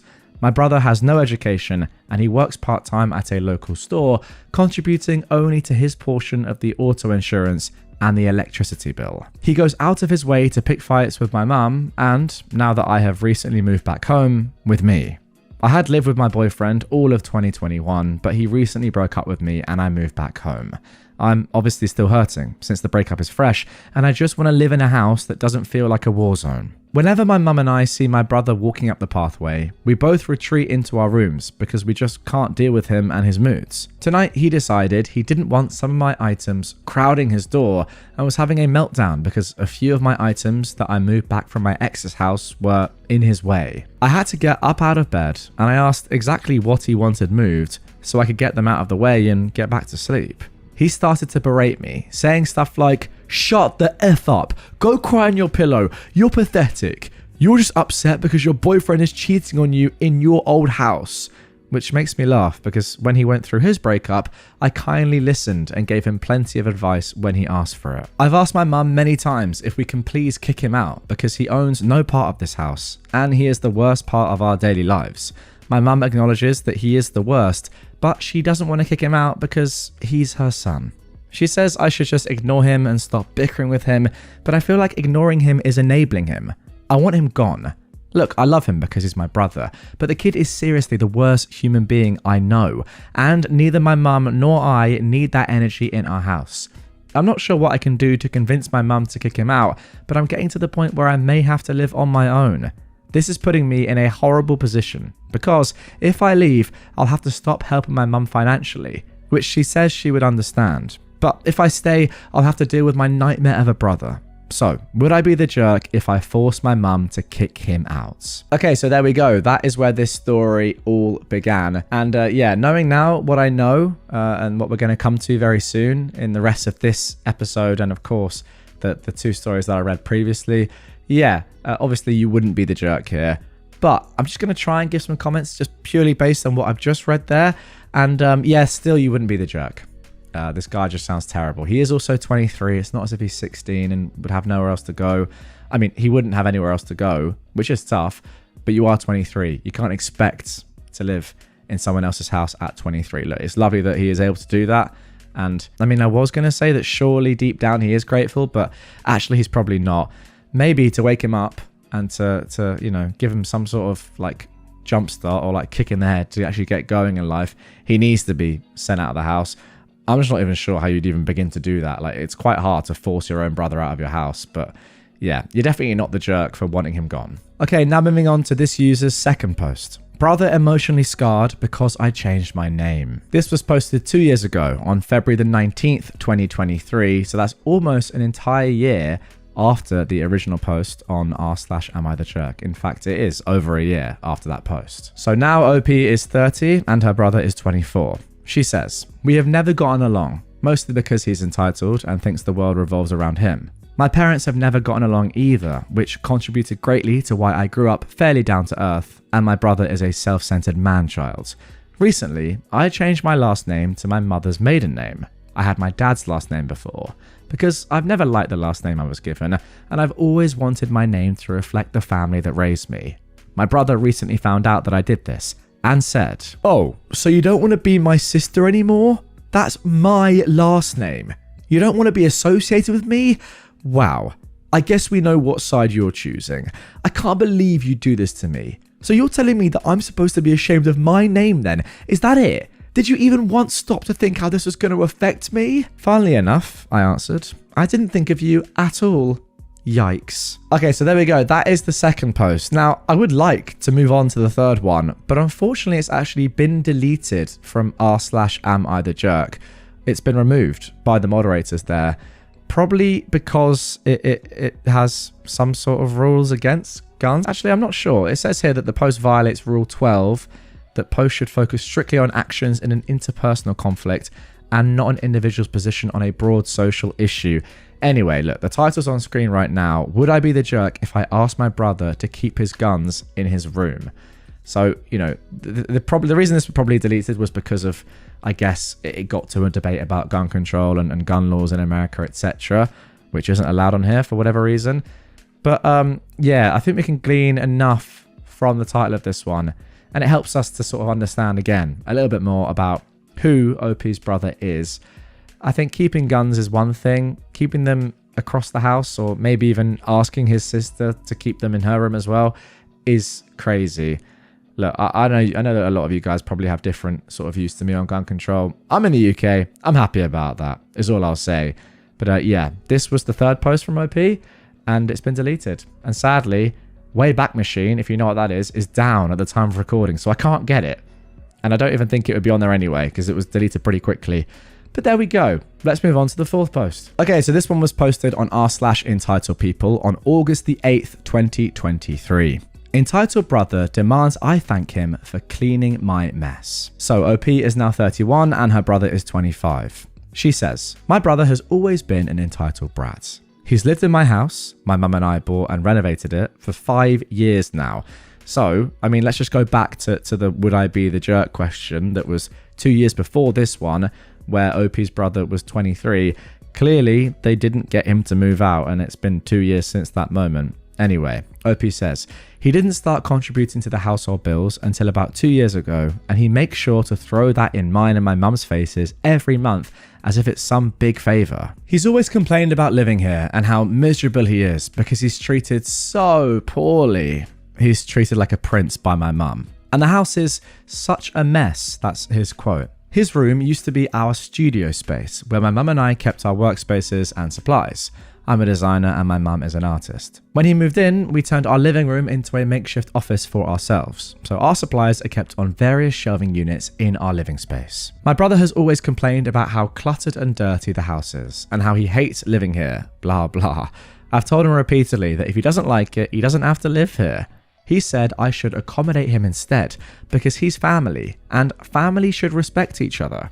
It's a small house, and we were doing our best with what little space we have, but he says it's embarrassing that we don't have a space for a couch and TV. We actually used to until he moved in. 2 months ago, he announced that he is being forced to move in with his girlfriend because he can't live like this anymore. Because my mother and I are just so awful for asking him to help with the bills, and we have the audacity to have our workspaces in the living room. Since he informed us of this, he hasn't packed a single box, and he refuses to give me any kind of time frame. But I overheard him telling his dad he expects to move out in September. Today I came home to a bunch of stuff, including kitchen items like sodas and snacks, stacked in my room and on my work desk, which had my laptop and my design drawings on the tabletop. I was confused and annoyed because I was afraid they'd been crushed. I asked my mum if she did that. She told me it was my brother. I went to him to ask why the heck he did that, and that I didn't appreciate him moving my stuff and potentially ruining my work. He went off on me, saying he made an executive decision to finally clean up. I laughed because he has his own bathroom and the largest bedroom, and they're both filthy. He decided my mum's and my things needed to be allocated to our spaces and kept out of the communal spaces, the kitchen and dining area. His logic was, since I'm the only one who consumes certain sodas and snacks, that they need to be kept in my room. None of his foods or drinks were taken out of the kitchen, by the way. Anything that he didn't deem worthy of being in the communal spaces, he just tossed into a pile on mine and my mother's desks and in our rooms. Mind you, his shoes, moving boxes and bags are all over the hallway. My mum and I always have to step over his trash when we walk by his room, and we don't move anything. I told him he needs to respect our things and our space, but he said it's not for me to dictate. I said, yes it is, it's my house, but he wouldn't hear it. He screamed at me, saying I had to thank him for cleaning my mess and that I better apologize for being so ungrateful. I reminded him he's moving out, so why would he be bothered about how my house looks? I told him I can't organize anything until he moves out, and he lost his mind, saying, how freaking dare you? I guess you can't wait for me to leave. I rolled my eyes and told him that not everything I say and do is a personal attack on him. He was screaming at me, saying that my power trip is my way of abusing him. I got fed up by that point and walked away to avoid losing my cool. It takes a very deluded person to make demands and set rules that never seem to apply to him in someone else's home. The entitlement. Okay, so there we go. A little insight there into the living situation between OP, her brother, and her mum before the content from yesterday's episode, the latest 2 stories in this saga. Yeah, it seems to me, and this is probably quite obvious from yesterday's episode, that this has just been a continuing thing for a number of years. And it sort of adds to the point that I was trying to make at the end of today's episode, that you don't just suddenly change your whole opinion after 8 years of being as entitled as your brother clearly is, OP. Like, he has been a terrible person, a terrible housemate, a terrible brother, seemingly, for a very, very long time, and we're not even at the end yet. So we're now, what, 4, technically really 3 posts into this. There are 2 more to go in this episode, and then the 2 from yesterday's episode, until we have the sort of the finished story, I guess, up to now. So let's jump into the next one. Am I the jerk for asking how my boyfriend's convo with my mum about us getting married went? This was posted on February the 22nd, 2024, so just 8 months ago now at the time of recording. I'm in a wonderful relationship, but have a very tumultuous home life. My brother and I do not get along because he is insanely toxic, but he lives with my mother and I. We co-own the house because she can't find it in her heart to kick him out, and I get no say in the matter. It's been 6 years and he's finally taking steps to move out, supposedly leaving in May. The trouble started when my boyfriend took my mother out to tell her he was going to ask me to marry him.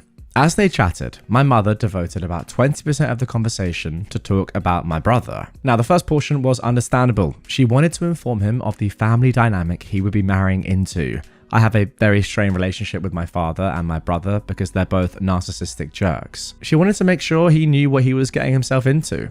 But then she said she wanted my boyfriend's help to get me to be the bigger person and mend my relationship with my brother. And she said she'd like his help to get through to my brother, such as asking my boyfriend to talk to my brother on her behalf. When my boyfriend told me this, I felt gutted. Putting all of that responsibility on his shoulders and focusing on my toxic brother was so hurtful. And what made it worse was she kept saying, I know he's a jerk, but... Now, despite how angry I was, I decided not to talk to her about it. I decided that whatever her motives were, I wouldn't let it put a damper on our moment. However, my mum came up to me yesterday and asked if I knew about the lunch she and my boyfriend had. I told her yeah. She asked if I was mad at her, and I was honest. I said I had been because of her devoting so much of the conversation to my brother. She exploded at me. She said I had no right to ask about her convo with my boyfriend because it was private and she didn't know she was getting graded for what she said. I told her I reacted the way I did because 1, it was meant to be about me and my boyfriend, and 2, my brother is not his responsibility. She said, your brother is going to be his brother now. She acted as if their convo was supposed to be a secret. She was seething because I had the audacity to ask my boyfriend how it went. Why wouldn't I want to know that? And unless she and my boyfriend agreed it was an only between them conversation, I don't see why she could be so angry at my boyfriend for telling me. I don't know. Am I being self-centered here? Am I the jerk for asking my boyfriend how their convo went in the first place? Or am I the jerk for being honest instead of lying to keep the peace? Okay, interesting post here. And actually, this is the first insight I think we've had in every post that I've read from this user into her mum, I would say. Now, you can probably argue that I've been potentially a little bit naive in not focusing on the mother at all until this point and her enabling behavior. But to be fair, like the bad guy in all of this really has been the entitled brother. But this is the first insight into sort of explaining and yeah, us understanding how your brother has been allowed to be so entitled for his entire life, and shows us why he is as entitled as he is. Clearly, yeah, I mean, if we didn't know already, his mum has been enabling him his entire life, which is just pretty sad to see, to be honest. But yeah, just actually answering the questions that OP's asked at the end. First of all, are you being self-centered? Absolutely not. I mean, that's obvious. Then, are you the jerk for asking your boyfriend how the conversation went in the first place? No, of course not. I mean, like, if my like girlfriend or my fiance or, you know, whatever, the person that I'm going to marry at some point, obviously, was having a conversation with my parents about what that was going to look like, I'd obviously be like, oh yeah, how'd it go? Like, obviously. And I'd find it very weird if she then came back to me and said, yeah, it was all right, but I'm actually not allowed to tell you because your mum and dad don't want me to say. I'd be like, okay, that's extremely weird behavior from them. But then the final question, am I the jerk for being honest instead of lying to keep the peace? No, because what does lying to keep the peace actually achieve in the long term? Nothing, in my opinion. I think, yeah, the more and more we hear from OP about her family, the more and more we realise that maybe, despite the fact that her mum probably is quite nice in general, maybe she's the only one that actually has some sort of common sense. I don't know. Maybe I'm going too far. Maybe I'm being a little bit too harsh on her mum, but I don't know. People who are entitled are often only entitled, or at least are entitled mainly because of other people enabling their behaviour. Like, it's very rare that you just see a random entitled person and they'll just be entitled for the sake of it. No, I don't think anyone is genuinely born entitled. Normally, it's other people in their life that have made them like that, or things that have happened to them at the very least. But yeah, there we go. Now let's move on to the final post of this episode. What should we even call this? Like, it's sort of like the prequel to yesterday's episode, I suppose. This one was posted just 7 months ago. Entitled brother finally got what he deserved. I am a 31-year-old woman, and I'm in shock over the throwdown that I witnessed between my mum, who was in her 60s, and my entitled brother. Ooh, this is interesting. Maybe the mum does have a backbone after all. Let's see what happens. My brother has been mooching off of my mum and she and I co-own our house, since 2017. He lived rent-free for 4 years. Finally, my mum managed to force him to pay his form of rent by paying some utility bills, a total of about $450 a month. since 2021. He's never paid his bills willingly. Every month he demands to know why he has to pay the amount and demands proof of the cost, as if my mum was trying to swindle him for some reason. And every time he's finally given us the money for the bills, he's told us he was bailing us out since we must be broke. Why else would we be making him pay for us? Now, recently he's been going off about how he can't wait to leave the house and he wants to save his money to move out, but he simply can't with the cost of all these bills weighing him down. My mother told him since he's so serious about moving out, she will gladly pay for his portion of the bills. She works seasonally, and all he'd need to pay was his car insurance. She said she would give him until May 31st to save up as much as he could. He'd then need to move out. Since that agreement was made, my entitled bro has gone on 2 trips out of state. One was a 4-day bachelor party in New Orleans. He's gone to poker nights with his friends multiple times, refuses to so much as wash a dish, and leaves a greasy mess wherever he goes in the house.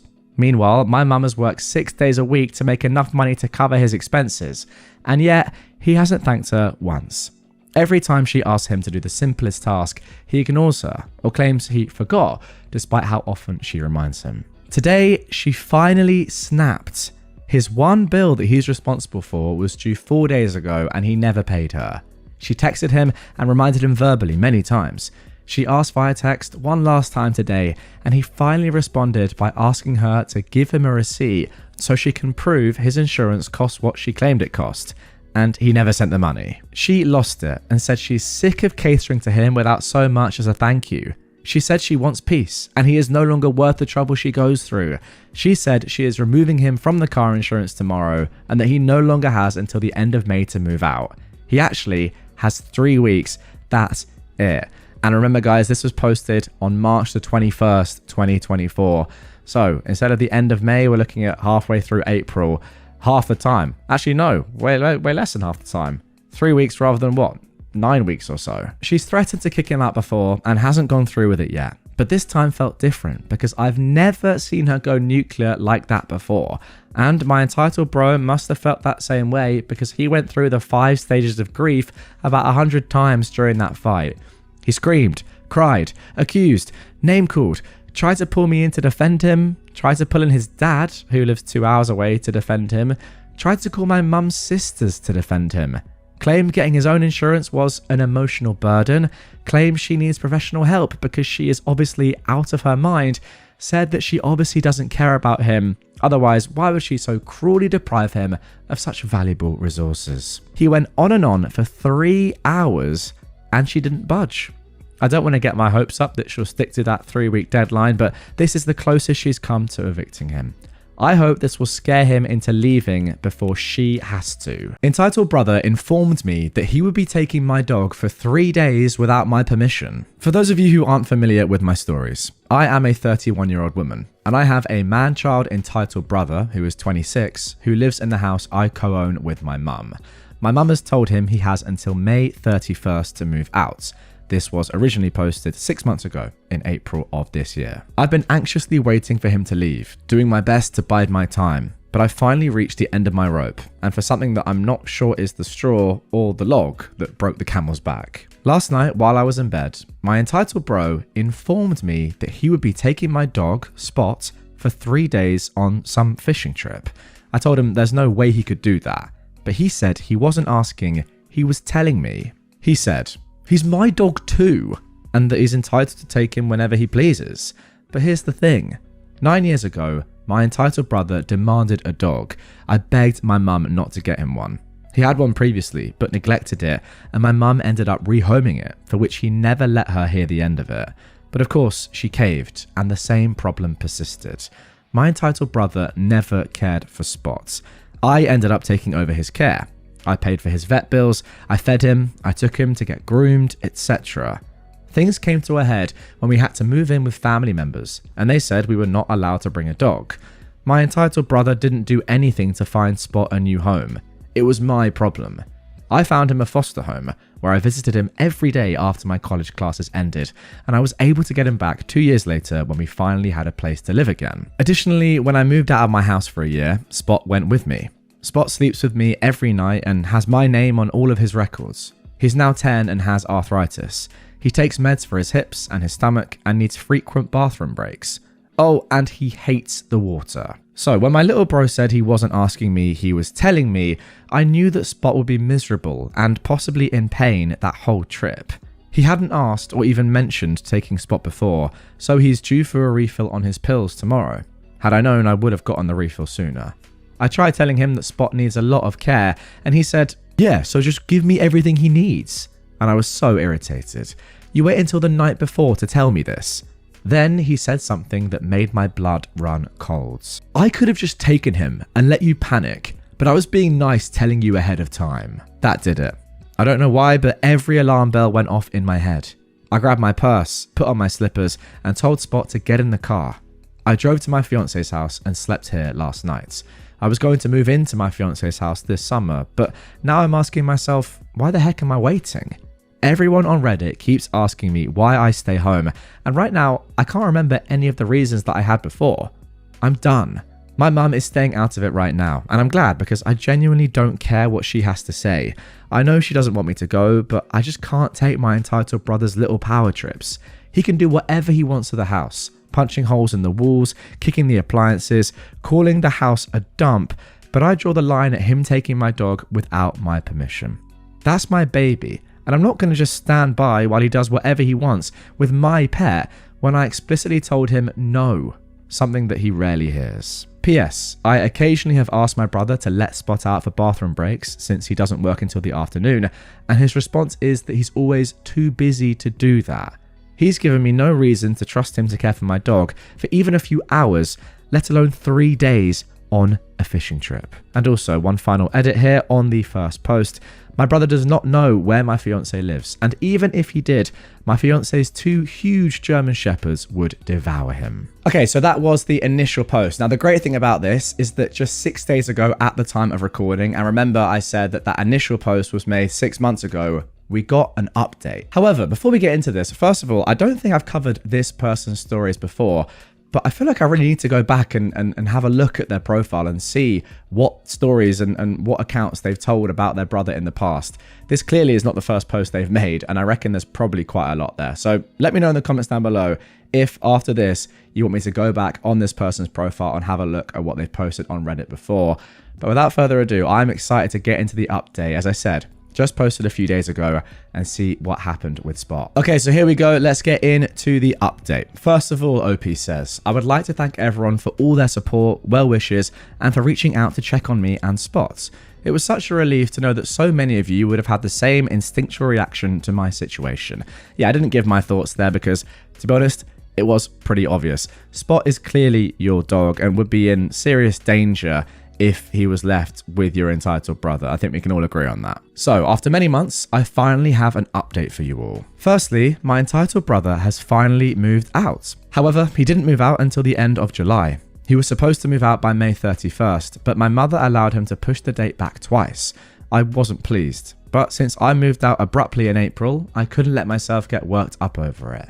I was focusing on making a safe space for Spot and myself. Secondly, since my entitled brother has moved out, my mother has made the house her own, and I am proud to say it's finally everything she envisioned it to be. The house looks immaculate now that my entitled bro isn't crowding her space. Actually, this is something that I'm going to have to go back and look at on this person's account. Was that talk about your entitled brother punching the walls and just trashing the house legit? I thought at the time it might be hyperbole, but wow, maybe it is legit. Anyway, let's carry on. She is very proud of all of her home improvement projects and always has something new that she wants to show me when I visit. She seems so happy. The only thing that concerns me is how uncharacteristically friendly my entitled bro has been acting with her since he moved out. More on that later. Thirdly, Spot is doing so much better since we went to live with my fiance and his 2 German shepherds. I think my fiance's dogs understood that Spot is older and not quite as athletic as them, but that didn't stop him from trying to keep up with them. After moving in, Spot's favourite pastimes include running around the huge yard, laying in the sun, and eating the little tasty nuggets that the chickens leave in the yard. Yes, I mean chicken poop. 4. If you have read this far and are wondering what took me so long to update, I do apologise for the delay, but I have a good reason. My fiance and I bought our first home. We fell in love with a tiny little house in our ideal area and have been working on renovating it. I'm very pleased to announce that we moved in last month. And if that wasn't good enough news for you, here is the biggest announcement of all. We got married. After all the hard work we put into the house, we knew it was the perfect place for us to tie the knot. We invited his dad, his siblings, and my mum over, and we had a quick ceremony in our living room amongst unpacked boxes and mix-match furniture. It was perfect. But this wouldn't be an Entitled People post without some Entitled Bro stories. Here are some of the highlights, for lack of a better term, of what I've dealt with since my last post. I mean, surely go with lowlights there, but to be honest, I think for us reading this and listening to this, they are going to be highlights. For the 3 to 4 weeks after I moved out, my entitled bro would not stop asking, "Where's Spot? Where's my dog?" over and over.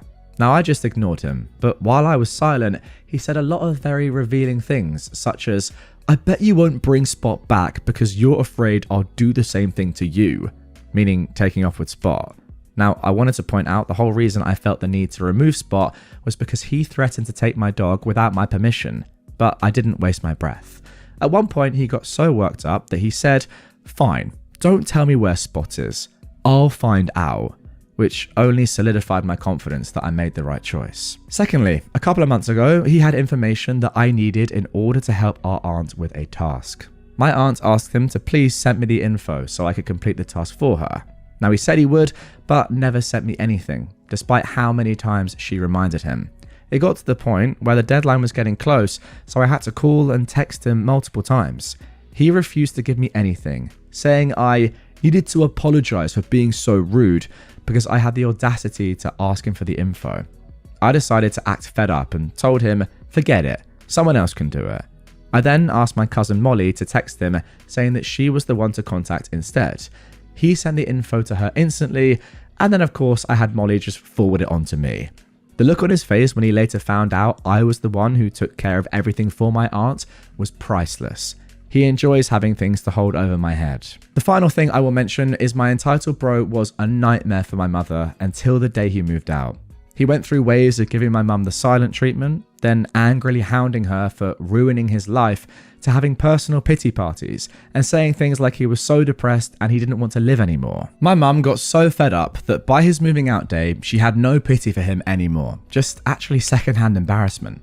But then he did something very strange. He was literally in the middle of yelling at her and blaming her for all of his shortcomings when he suddenly broke down and cried, saying he was so sorry for what he put her through.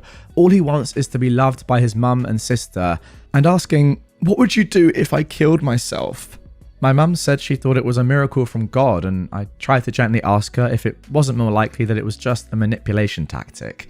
She said she is choosing to believe that this is a sign that her son is finally changing for the better. I find it very hard to believe. So now he acts as if he was never the hexspawn that plagued our home for 8 years, and my mum is so happy because she thinks that now her son is reformed. I think it's more likely that he's just trying to stay in her good graces because he wants to use her as a safety net. My mum claims she would now never take him back in unless it was a true emergency, but I don't know about that.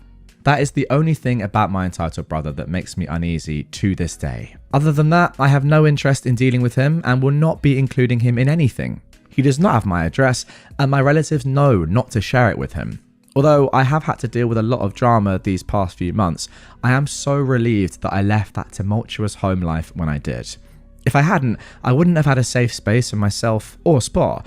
I wouldn't finally have a home of my own with someone who loves me completely. And I wouldn't have married the sweetest, most supportive man I've ever met. I'm so grateful to be able to write this happy update on my couch in my home with my husband at my side and my sweet Spot laying his head in my lap. Thank you again for being here for me and for waiting so patiently for an update. I hope it was worth the wait.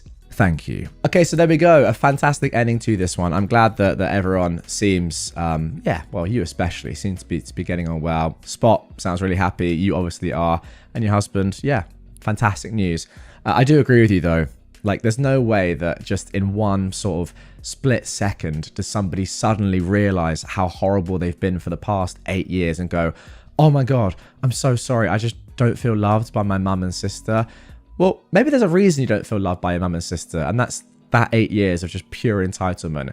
There's no way that somebody could just do that for 8 years and then suddenly be like, Oh, sorry, I didn't actually realize what I was doing all this time. No, I don't believe it for 1 second. It's definitely a manipulation tactic. So there we go. That is going to do it for this one, guys. Hope you enjoyed it. Again, as I said, get your comments in down below. I want to hear your thoughts. Pick out a story from the past few hours and say whether you agree with my assessment or not. If you think I'm just completely wrong. And by the way, if you do, that's completely fine. I do often get things wrong. Sometimes I actually listen back to my episodes and I'll reconsider things, listening to the story a second time. And I'll think, do I actually agree with myself there? Probably not, but that's where you guys come in. Let me know if I'm right or wrong. Hope you enjoyed it, and I'll catch you on the next one.